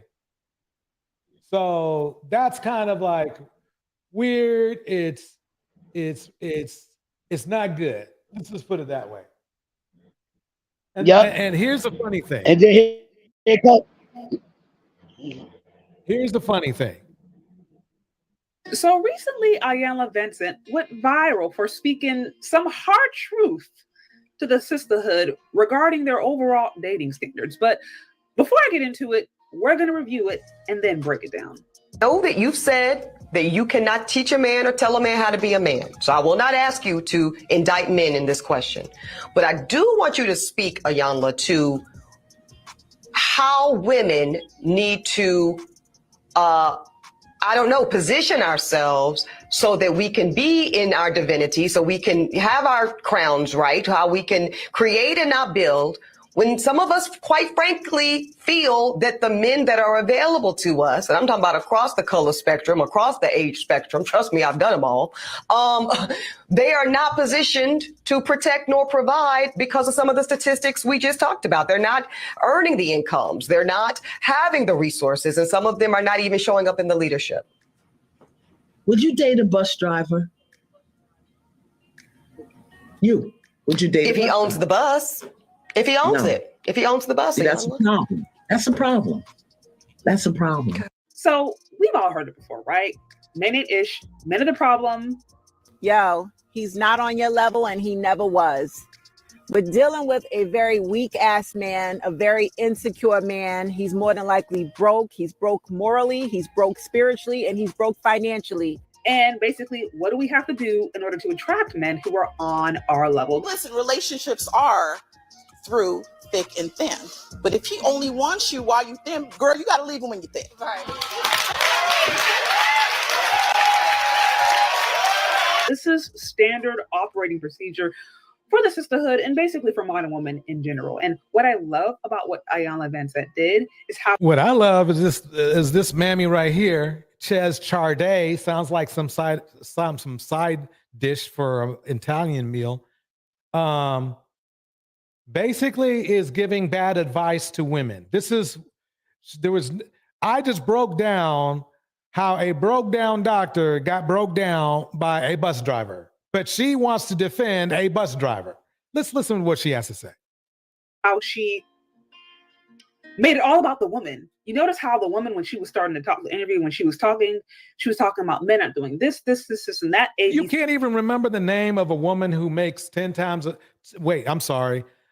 You're not a millionaire. You're married in a regular marriage, and that's fine. That's good. I'm glad. I'm happy for you, says Charday. But to try to act like you're better than a well-accomplished woman is disgusting, in my opinion. You say X, Y, and Z, and then she immediately goes back with, "Okay, what would you do?" And she made it about the woman. She made it about her own accountability. She made it about herself. And I thought that move was so powerful because— I don't even know what she's talking about here. She didn't. Ches Charday doesn't even know how to communicate, but people don't care. The little bit that you do understand, these dudes like. So that's where that comes in. This is the ultimate issue. A lot of times when we talk about relationship issues, when we talk about areas where we are discontent, when we talk about areas where we are unhappy, it's really easy to deflect and look at other people, look at what they're doing wrong, look at what they haven't done. See, but she's trying to make something up that didn't happen. Okay? The bus driver, the woman who, since you want to use third party, French dish. The woman who had hands and feet put on her by a bus driver asked another woman who didn't get hands and feet put on her by a bus driver if she would date a bus driver. Flawless in the house. She said, in so many words, she said no. She said no. And now you're mad because she said no, and you're choosing to take a side of a woman who clearly chose wrong. Chuck E. Cheese, I'm sorry. And hey, I make up names for everybody, so it's just too bad. It's Chuck E. Cheese. You know, if you can't handle that, then you're in the wrong business. So let's go on to another one. I think I made my point. I think my point was made that basically the bottom line is this. This is, mammies like this are dangerous. And that's why I don't mind name calling her. She's dangerous. She's misguiding women and she's misleading men. She's going to get somebody hurt. You're going to get somebody hurt, Ches. Chuck E. Cheese, whatever you want to call yourself. Whatever you want to call yourself. You're going to get somebody hurt by misleading men to believe they either deserve or have more than they actually deserve. So, yeah, I'm just going to leave it right there. Hey, I like your hair, though. I like your hair. Great going. Looks like I'm going to give you a compliment because, I don't want you to think I'm just going to name call you. I like your hair. There we go. Next one. Here we go. There was nothing accidental about it. You were targeted and they were jealous of you. And the only way they could stop you from being better than them or living your dreams is to impregnate you. Do women really baby trap men, or is there a possibility that it's the other way around? Men baby trap women. Men baby trap women into exploitative, gendered household labor dynamics that are weighted against women. Men baby trap women into long periods of low or no income when they've had kids. Men literally baby trap women inside the home with infants who are difficult to take out into a man-made world that is hostile to people who are breastfeeding or using prams and strollers. Men baby trap us into being too busy as primary carers to participate in the public life and activities that can gain us political power, which gives us the ability to create change for ourselves. Men baby trap women into abusive relationships where we are too physically and financially vulnerable to leave. And even if a man is meaningfully concerned about getting someone pregnant and he wants to control his reproductive choices, he always has the choice of wearing a condom. He also has the choice of standing up for women's reproductive rights. And even if that condom fails, as contraceptives sometimes do, and he accidentally gets someone pregnant, it's not him who will be trapped. Hey y'all, it's Auntie Sheila K. This will probably take 2 videos to talk about something that is extremely controversial, extremely triggering, and is extremely not talked about. So this is definitely a side of the child free by choice world that is not really talked about. And I'm going to call it the weaponization of sperm by young men against unsuspecting women. They very methodically and very diabolically, and I would honestly say very criminally, seek out young, goal-oriented, beautiful, driven young women, specifically young Black women, who have all these goals and all these dreams and all these aspirations. And these dudes weaponize their sperm to get these girls pregnant to derail their goals. Let me tell you what I'm talking about. So these guys, and this is actually a thing, ladies, it's talked about in the pickup artist community, it's talked about in the little groups, I'm going to call these dudes the Dusties and the Ashies, the places where the Ashies and the Dusties hang out. They have these conversations and they plot on young women, unsuspecting young women to do this. So they'll meet a young woman, she's in college, she's got her career, what have you, and they'll meet her and she's really pretty and she's talking about her goals and her plans. I want to travel, I want to get my degree, I'm going to do all these things, and I'm going to have this career, I'm going to have this, I'm going to have that, I'm going to have this, I'm going to have that. Well, these Ashes and Dusties, don't want to do those things, and they don't want her to do those things. So what they'll do is surreptitiously, they will romance her.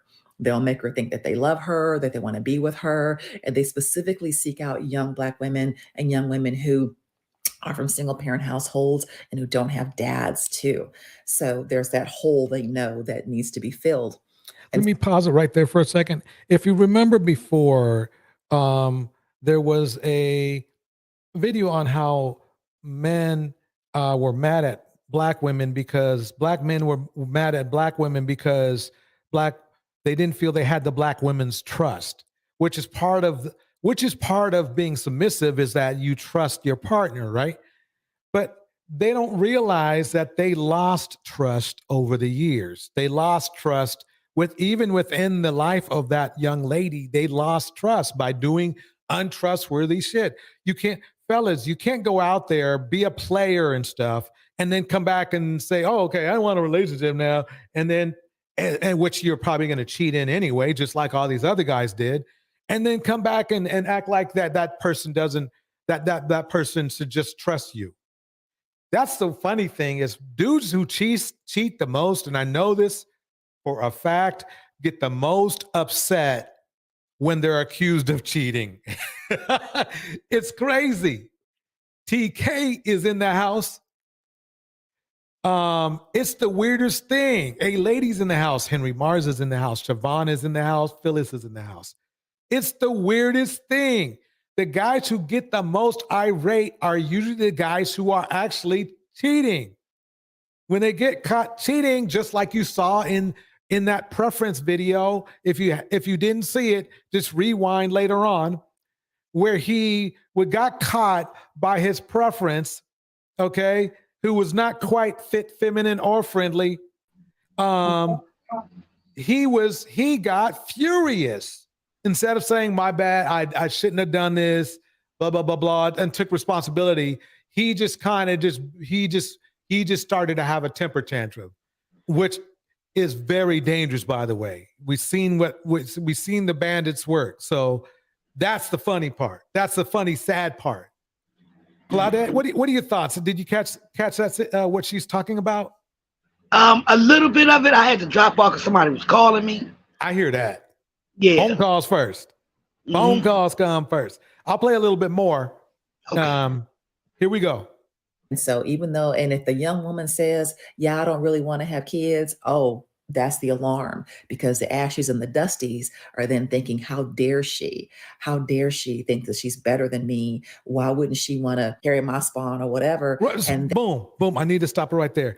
Notice she said, how dare she think she's better than me? Okay, so what part of a lawyer and a bus driver is a good match? If he's going to think that anyway, because you know why he's going to think that? Because she is technically better than you in the real world. You know, I'm sorry, DJ, this is so sad. It's like, why is some black men, I'm not going to say all, some black men it's like they're competing with us. Right. That's how you know we've lost. And I'll tell you why. There you go. Because if we were winning, we would be focusing on competing with other men. But we are not. We've done, it's kind of like where you're a pro football, but then there's a AA league. These men I want to play, they're competing with people. They're pro football players, but they're competing with AA people, which is women who are just doing their own thing. You see what I'm saying? Right. So Exactly. That's how you know we've lost, is that it's not just one or two of us going out there complaining about women. We should be complaining about how did I not get that job? Wow, dang, how I need to step up my game. What classes do I need to take to step up my game so I can compete with these fools? There used to be a saying back in the day where a black man had to do twice as much to get just as far, or twice as much to get half as far. It's still apparent today, but they don't want to do the twice as much. So instead of competing, they give up, and then they complain about the only people who supported them, black women. They want to look for an easy way out. Yep, exactly that. They will get these young girls pregnant. They will do things such as remove condoms while having sex. They will put holes in condoms. They will, talk about how they're only with just them and convince the young girls, these young women, to have unprotected sex with them. Then they get them pregnant and they leave them. And they do it to woman after woman after woman after woman after woman. So if they're women, these men are literally starting to date. I'll say date just to be safe. 16-year-olds, 17-year-olds, I mean, we're talking grown men, at least 22. But it's common. It's common. It's very common. And it's funny because they don't mention that part of the single mother's design, if you know what I mean. Exactly, because they're selective with their talking point. Right. These dudes start when they say start early, they're starting to pick the trees early. There was a guy on YouTube who was in a beef with another YouTuber, her and him. I won't say who the guy is right now. Starts with the R, but anyway, he was actually coaching men to poach the statutory laws to start to date early, because his theory was, well, you got to get them early before, they're messed up or something like that. Yeah. He was, well, in some states, it might be just as low as 12, in some that's 14. And I remember that. Yeah, and there was an internet joke going around, well, how old are your girls? Because you got 4 of them. What, you going to put them out there like that? You going to put them out there like that? Hey. These guys don't think. They don't think. They do not. And you know think. what? These manosphere, these red pillars, this is a damage control, because just like they always complain about raps. See, they'll say stuff like, oh, it's just YouTube. It's just entertainment. Right. Okay, but see, millions of people are watching, as you can see, right? And they take in all of that information, right? And what you're doing is you're spewing poison. You are poisoning these young boys' minds to get them to think that, think like them. And that's bad. Right. Yeah, the thing is this. There's nothing, the percentage of positive, uplifting hip hop is maybe 5-6%, maybe. Shit, lower than that. Is about exploitation, violence, a sad story here and there, which is fine, and having fun or whatever, and promiscuity. So, I mean, the thing, I know this because I used to DJ this stuff, and it's like after a while, you look at your record, and it's like, damn, this is kind of bad, right? And so for that I mean, basically, that is the music that also, in my opinion, built the red pill culture, because it has to do with getting what you want and don't care about what your partner wants.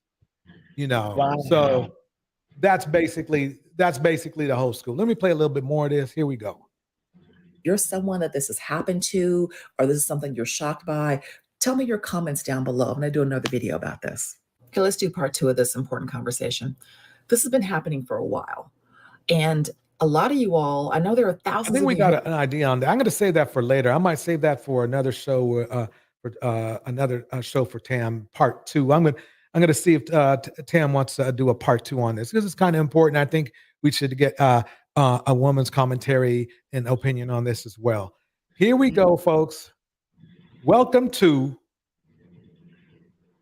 the, what should I call it? The climax of the show. Here we go.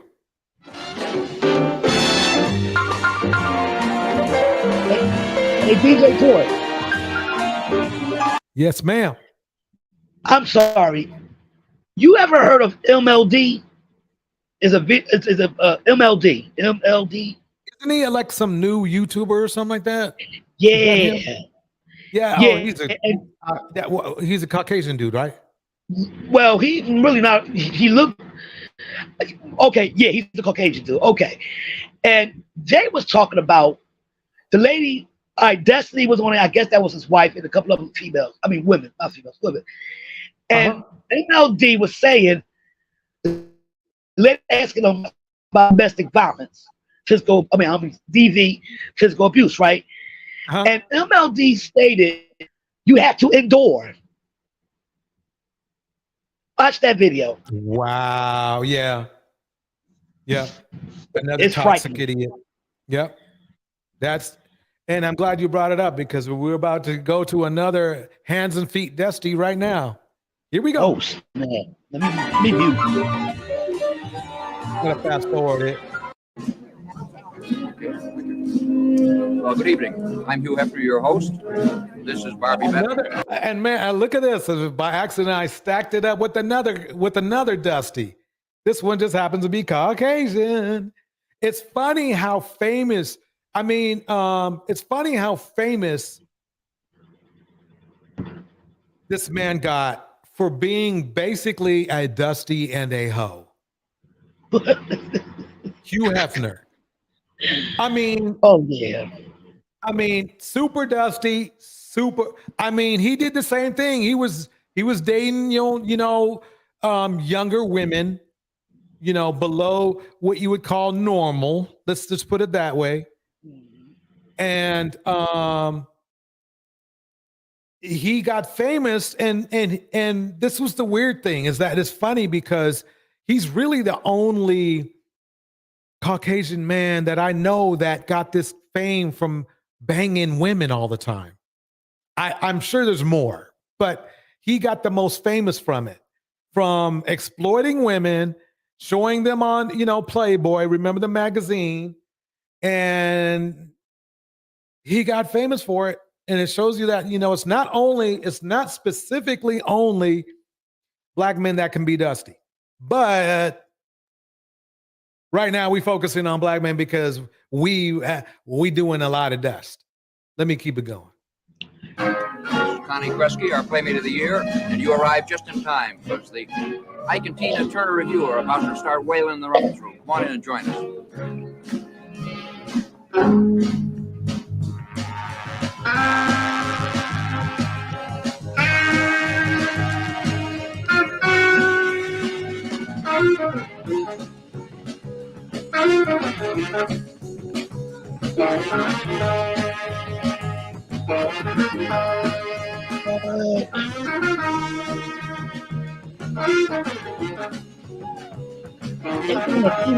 Oh yeah.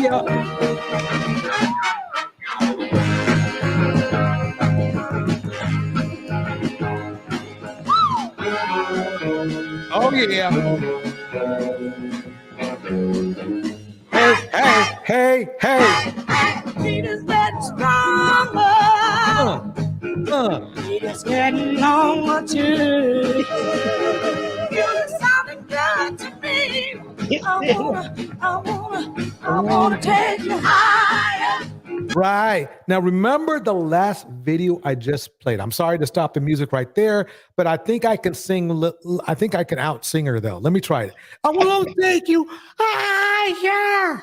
Oh, man, that was beautiful. You know something? I respect Tina Turner so much, but I don't know why I didn't get famous myself. I just don't know. You know why. what? I cannot with you. And Black Women Rise, you were so right. Tina Turner was bad. I mean, she had the most.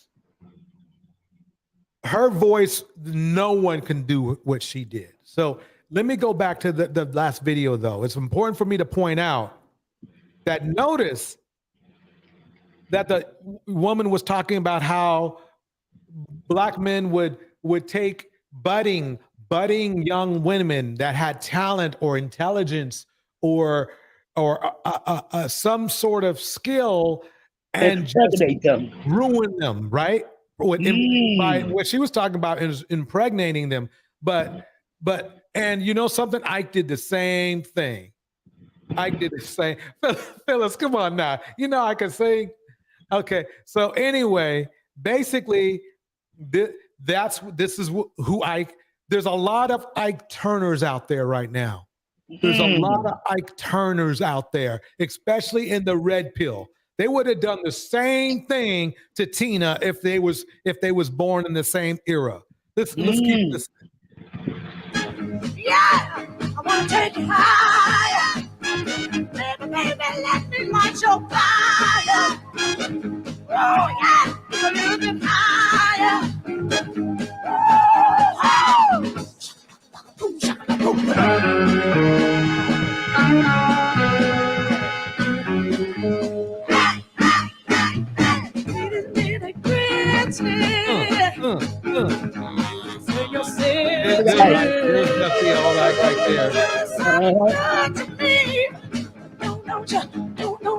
Don't you wanna See, let me tell you something. He was probably so mad and jealous all the time. That's why he had to use his hands and feet. Now, DJ George, I know you watched that movie. What's Love Got to Do with It? Oh, what you just said? Yes. Remember when they was at the diner and one of the children came up to him, "Can I get your autograph?" Mrs. Taylor, remember? Jealous. You absolutely right. I mean, think about it. Ayanna got the same black man, right? She got She got the same treatment because of her accolades and her intelligence. Wow. So did Tina. And that's just crazy to me that Ayanna wants to send Ebony down the same road she just got off of. Can I tell you a small history of myself and what I've dealt with?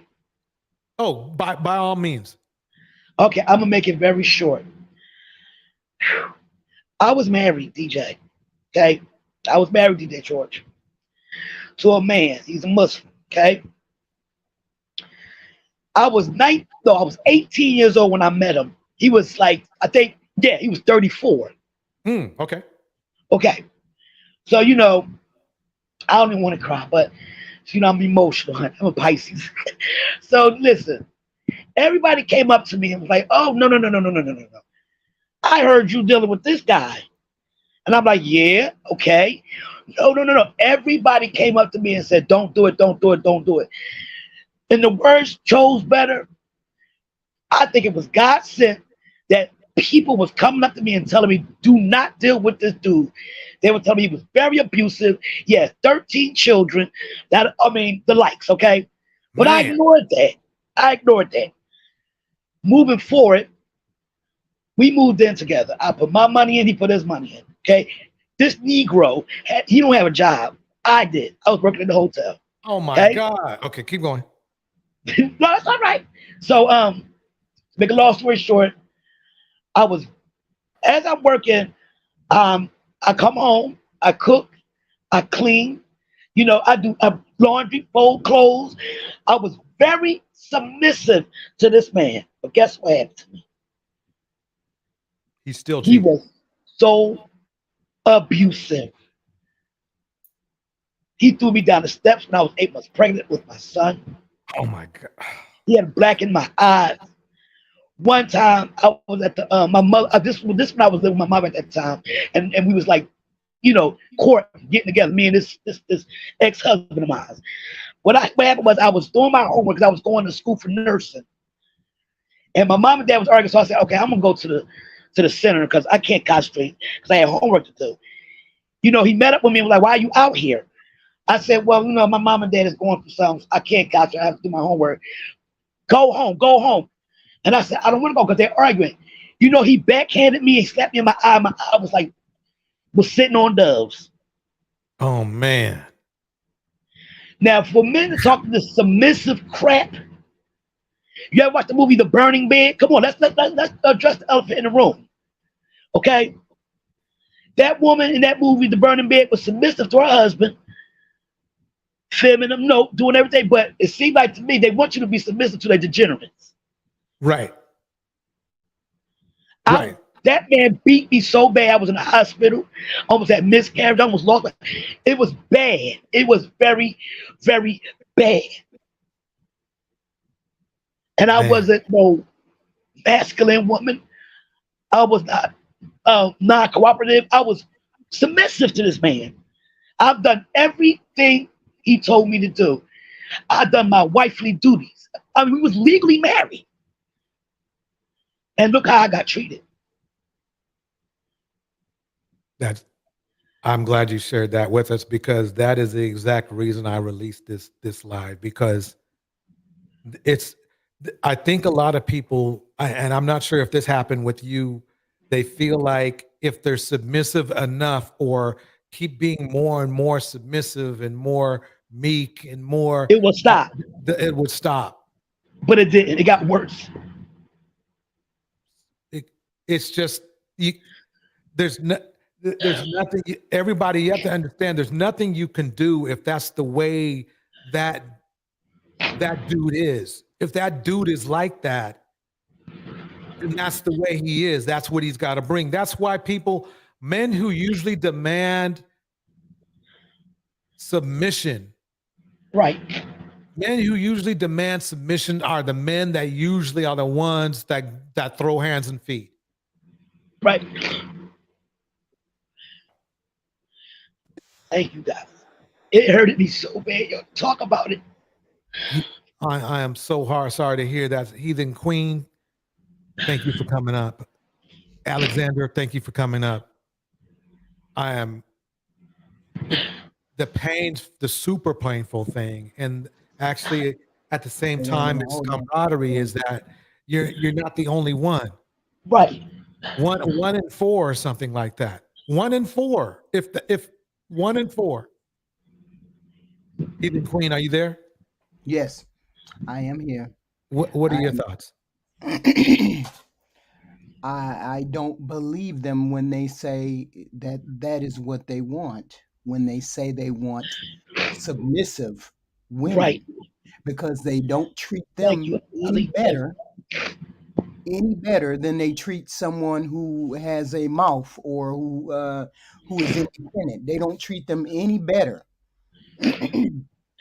So that's why I always advocate for you to be who you are and do not let them shame you into changing what and who you are.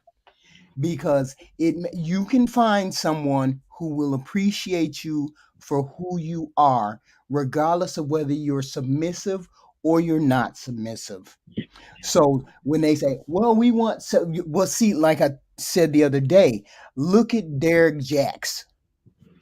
He had all of those characteristics that they say they want. Denia was soft, she was fit, feminine, and friendly, submissive, and look what he did to her. Right? So I don't believe them when they say those kind of things. I'm sorry to hear that you went through that situation. Right? I'm sorry to hear that, because it speaks to their character and their lack of something that, a long time ago, I decided that I would not put my hands on another human being when I was young, 17 or 16 or whatever. I decided I would not put my hands on children. I would not put my hands on another human being. And I have kept that promise to myself, right? Some people have no self-control when it comes to that, and they don't want you to have agency. That's what I feel, as though these men don't want you to be able to think for yourself. So therefore they want total control of human beings. Okay, since they don't have control over all of their circumstances, they want to have control over someone's circumstances, and they want to pick on the weaker of the sexes. They want to pick on the weaker of the society. And we as women are weaker than they are. It just is what it is physically, right? Right. So in order to express their dominance or express their manhood, I guess, upon the world, you have to dominate somebody that's less than.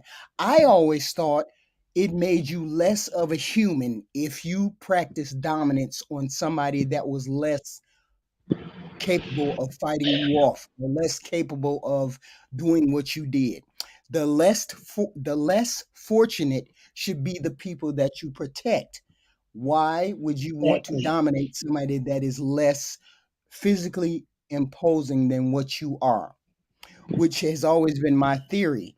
It shows me what kind of character you have if you feel the need to have dominance over someone that is less than your stature, less than your dominance, right? And that means animals, children, older people, etc. When you don't show deference to those kind of people, and you are more a dominant creature or more a dominant person in society, that tells me that you will harm me in some way. and I don't trust people like that. And it's a good marker when you get involved with someone to see how they respond to those three elements: children, animals, and older people. It's a marker. For me, it tells me that you have not thought outside of yourself, or you have not gotten compassion for someone outside of yourself. When you cannot find compassion and you cannot find uh, uh, a deference for the less fortunate than you are, right? And this person knew that they had more dominance, more stature, more strength than you. I I can still have so much sympathy for you, because why would you that be your first reaction to control yourself, or control, or to express yourself, is to hurt another human being? Right. It's difficult for me to understand a person that does not think first before they move with aggression against a person that is less fortunate than they are.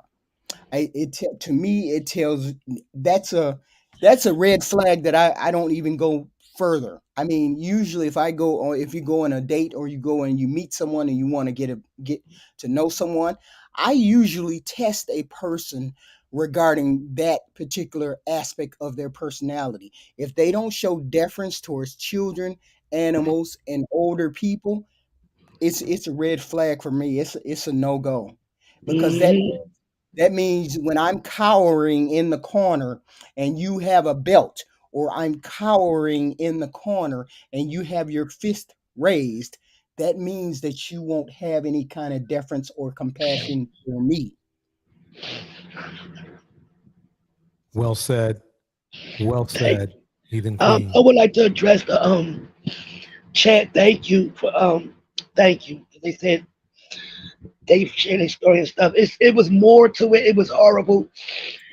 The man was trying to unalive me. He hit me with with an object, which is the pow pow.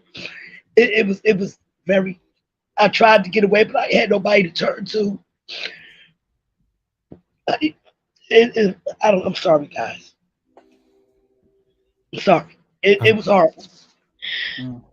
And I don't like to see my children see me go through this. Right. All right. Let's see if I can keep this going here. Okay, give me one moment. Oh, Alexander, feel free to chat. What's on your mind? Yeah, I was listening, and I'm sorry that you have to go through that. No woman should have to go through abuse like that. And it's exactly like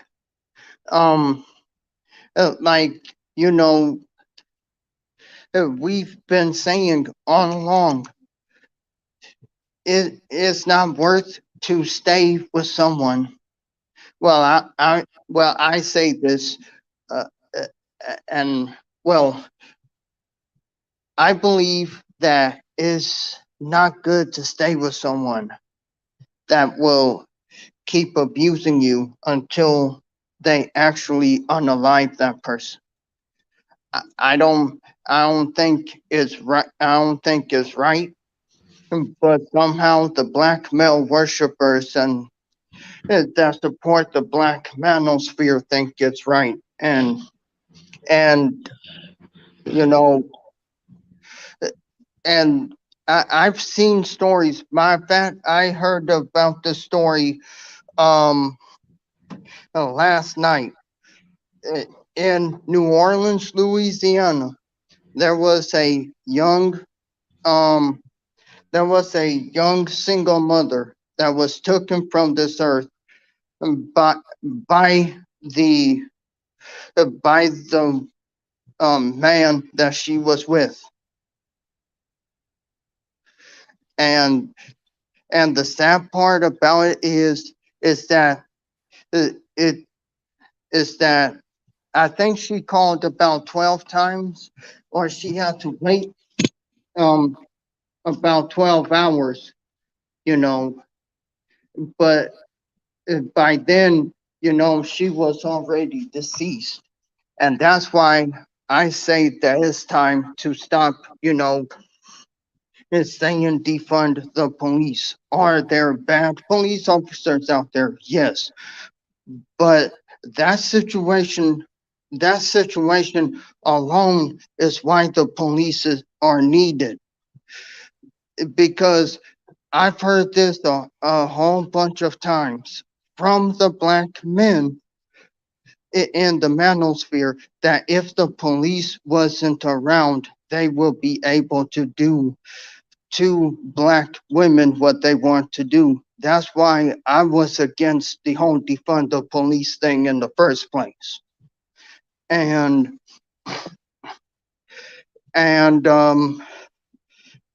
yeah, stories like these, you know, I think more black women should tell their stories, you know, because at the end of the day, you know, it's sad that black women are forced to be quiet about you know, being abused by their husbands, all because they want to pretend that everything is okay when they know it's not. Right. Thank you, Alex. Well said. Well said. Thank you. Thank you. See, the thing is, he lived with me. Okay. I didn't live with him. He lived with me. And the last straw was when I was talking to my sister. You know them Bell Atlantic phones? That's caller ID. Mm-hmm. And you know them phones that the receiver is very heavy, right? So he came in and I was talking to my sister. I'm crying. He snatched the receiver out of my hand. I mean, you know, the phone out of my hand, and he hit me upside the head so hard I fell out. So what happened was when he left, I packed all his belongings. It only took 2 trash bags. I packed all his stuff up. I called my cousin. His name was Ricky. I said, bring your car around. I need to put something in your trunk. He said, you all right? Well, he already know my situation, okay, because he's family. To make a long story short, I gathered his stuff, put it in his trunk, and sent it to his mother's house, right? She said, what's going on? I said, your son is no longer living with me. I cannot take this from her. I told her my situation. So when I got back, I locked my door. I took my children. I packed some clothes up. I locked my door, and I went to my cousin's house to spend the night. So I called the phone, because let me remind you, he does have the keys. I called my house to see if he was there. No one answered. Then her phone rang, my cousin's phone rang, and it was him, because she has caller ID. I said, that's him. We get to arguing on the phone, and you know this 3-way. I said, okay, you put it on. He talked about he's going to break every windows in my house. He's going to pour water on my stereo. That stereo cost me $3,000, okay? For all that stuff. So what I did was I put him on mute, 3-way, and I called the cops. So the cop asked me, is he still there now? I said, yes, sir. He's threatening to bust all my windows out and do all this crazy stuff. So please, he said, Claudette? I said, yes. You know this man got a rap sheet, right?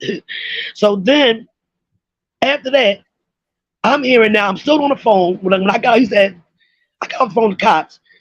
I got him back on the phone. He still ran me. He didn't even know I had him on mute. Next thing you know, I'm hearing walkie-talkies. You know, first I heard a bang, like bang, bang, bang, bang. He opens the door, and the cop said, do you have keys to this house? He said, yeah. He said, let me have. He had a whole bunch of keys. So he tried every last one of the keys from the top lock and the bottom lock. So he tried every keys. He took the keys that had the top lock and the bottom lock, put them in the pocket, and arrested him and told this man, don't you ever come back in this house. And that was the last time I saw him. Man. That was my getaway. God gave me the strength. Okay? Because I said I couldn't take it anymore. I couldn't. I hear you. Mm-hmm. All right. I'm going to kick out some shout outs to everybody in the chat. Thank you for coming through. I'm going to play a little Tina Turner to head us out. This will be it for the night. Claudette, Alexander, Heathen Queen, thank you so much for coming up. I Thank appreciate you. your time. Tam has a show at, I believe it's at 8 p.m. tonight, PST or Bay time. Do check it out. It's going to be exciting. You don't want to miss it. And thank you so much, everyone. Thank you. Thank you, everybody. Thank you. Thank you all. DJ, before you yeah, I was about to say I'm about to do a live on Friday night at 11:10, and it's going to be, talking about why the black male worshipers nor the black manosphere wants to talk about the missing black women and girls. So that's an excellent subject. That's Friday night at what time? At 11:10. 11:10 p.m.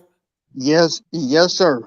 All right, you guys, Thank you got to you, check Kittens them and out. Casket. I love you. It was a compliment. Like and subscribe, everybody. Thank you for coming through. Tam is on tonight, so don't forget to watch that show. Oh yeah, I'm gonna watch it. Yes. And here we go. Let me know if you can hear this. I'm not sure if it's on.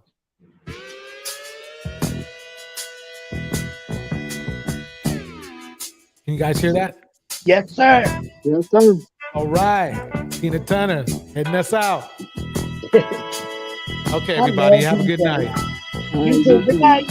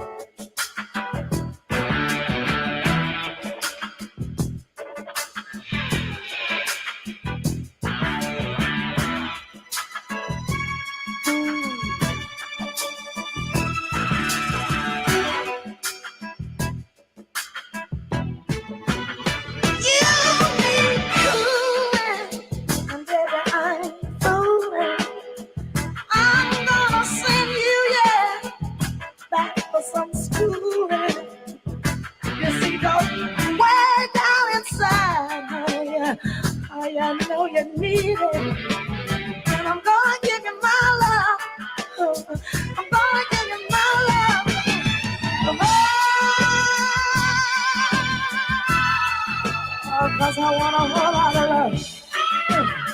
I want a whole lot of love. Give me a whole lot of love. I need a whole lot of love.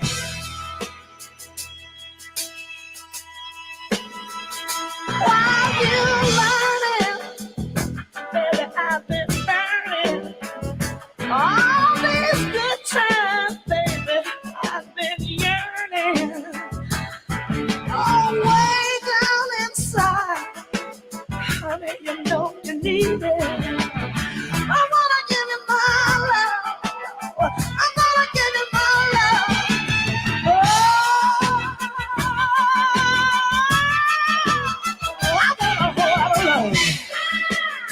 I want a whole lot of love. Give me a whole lot of love. I want a whole lot of love.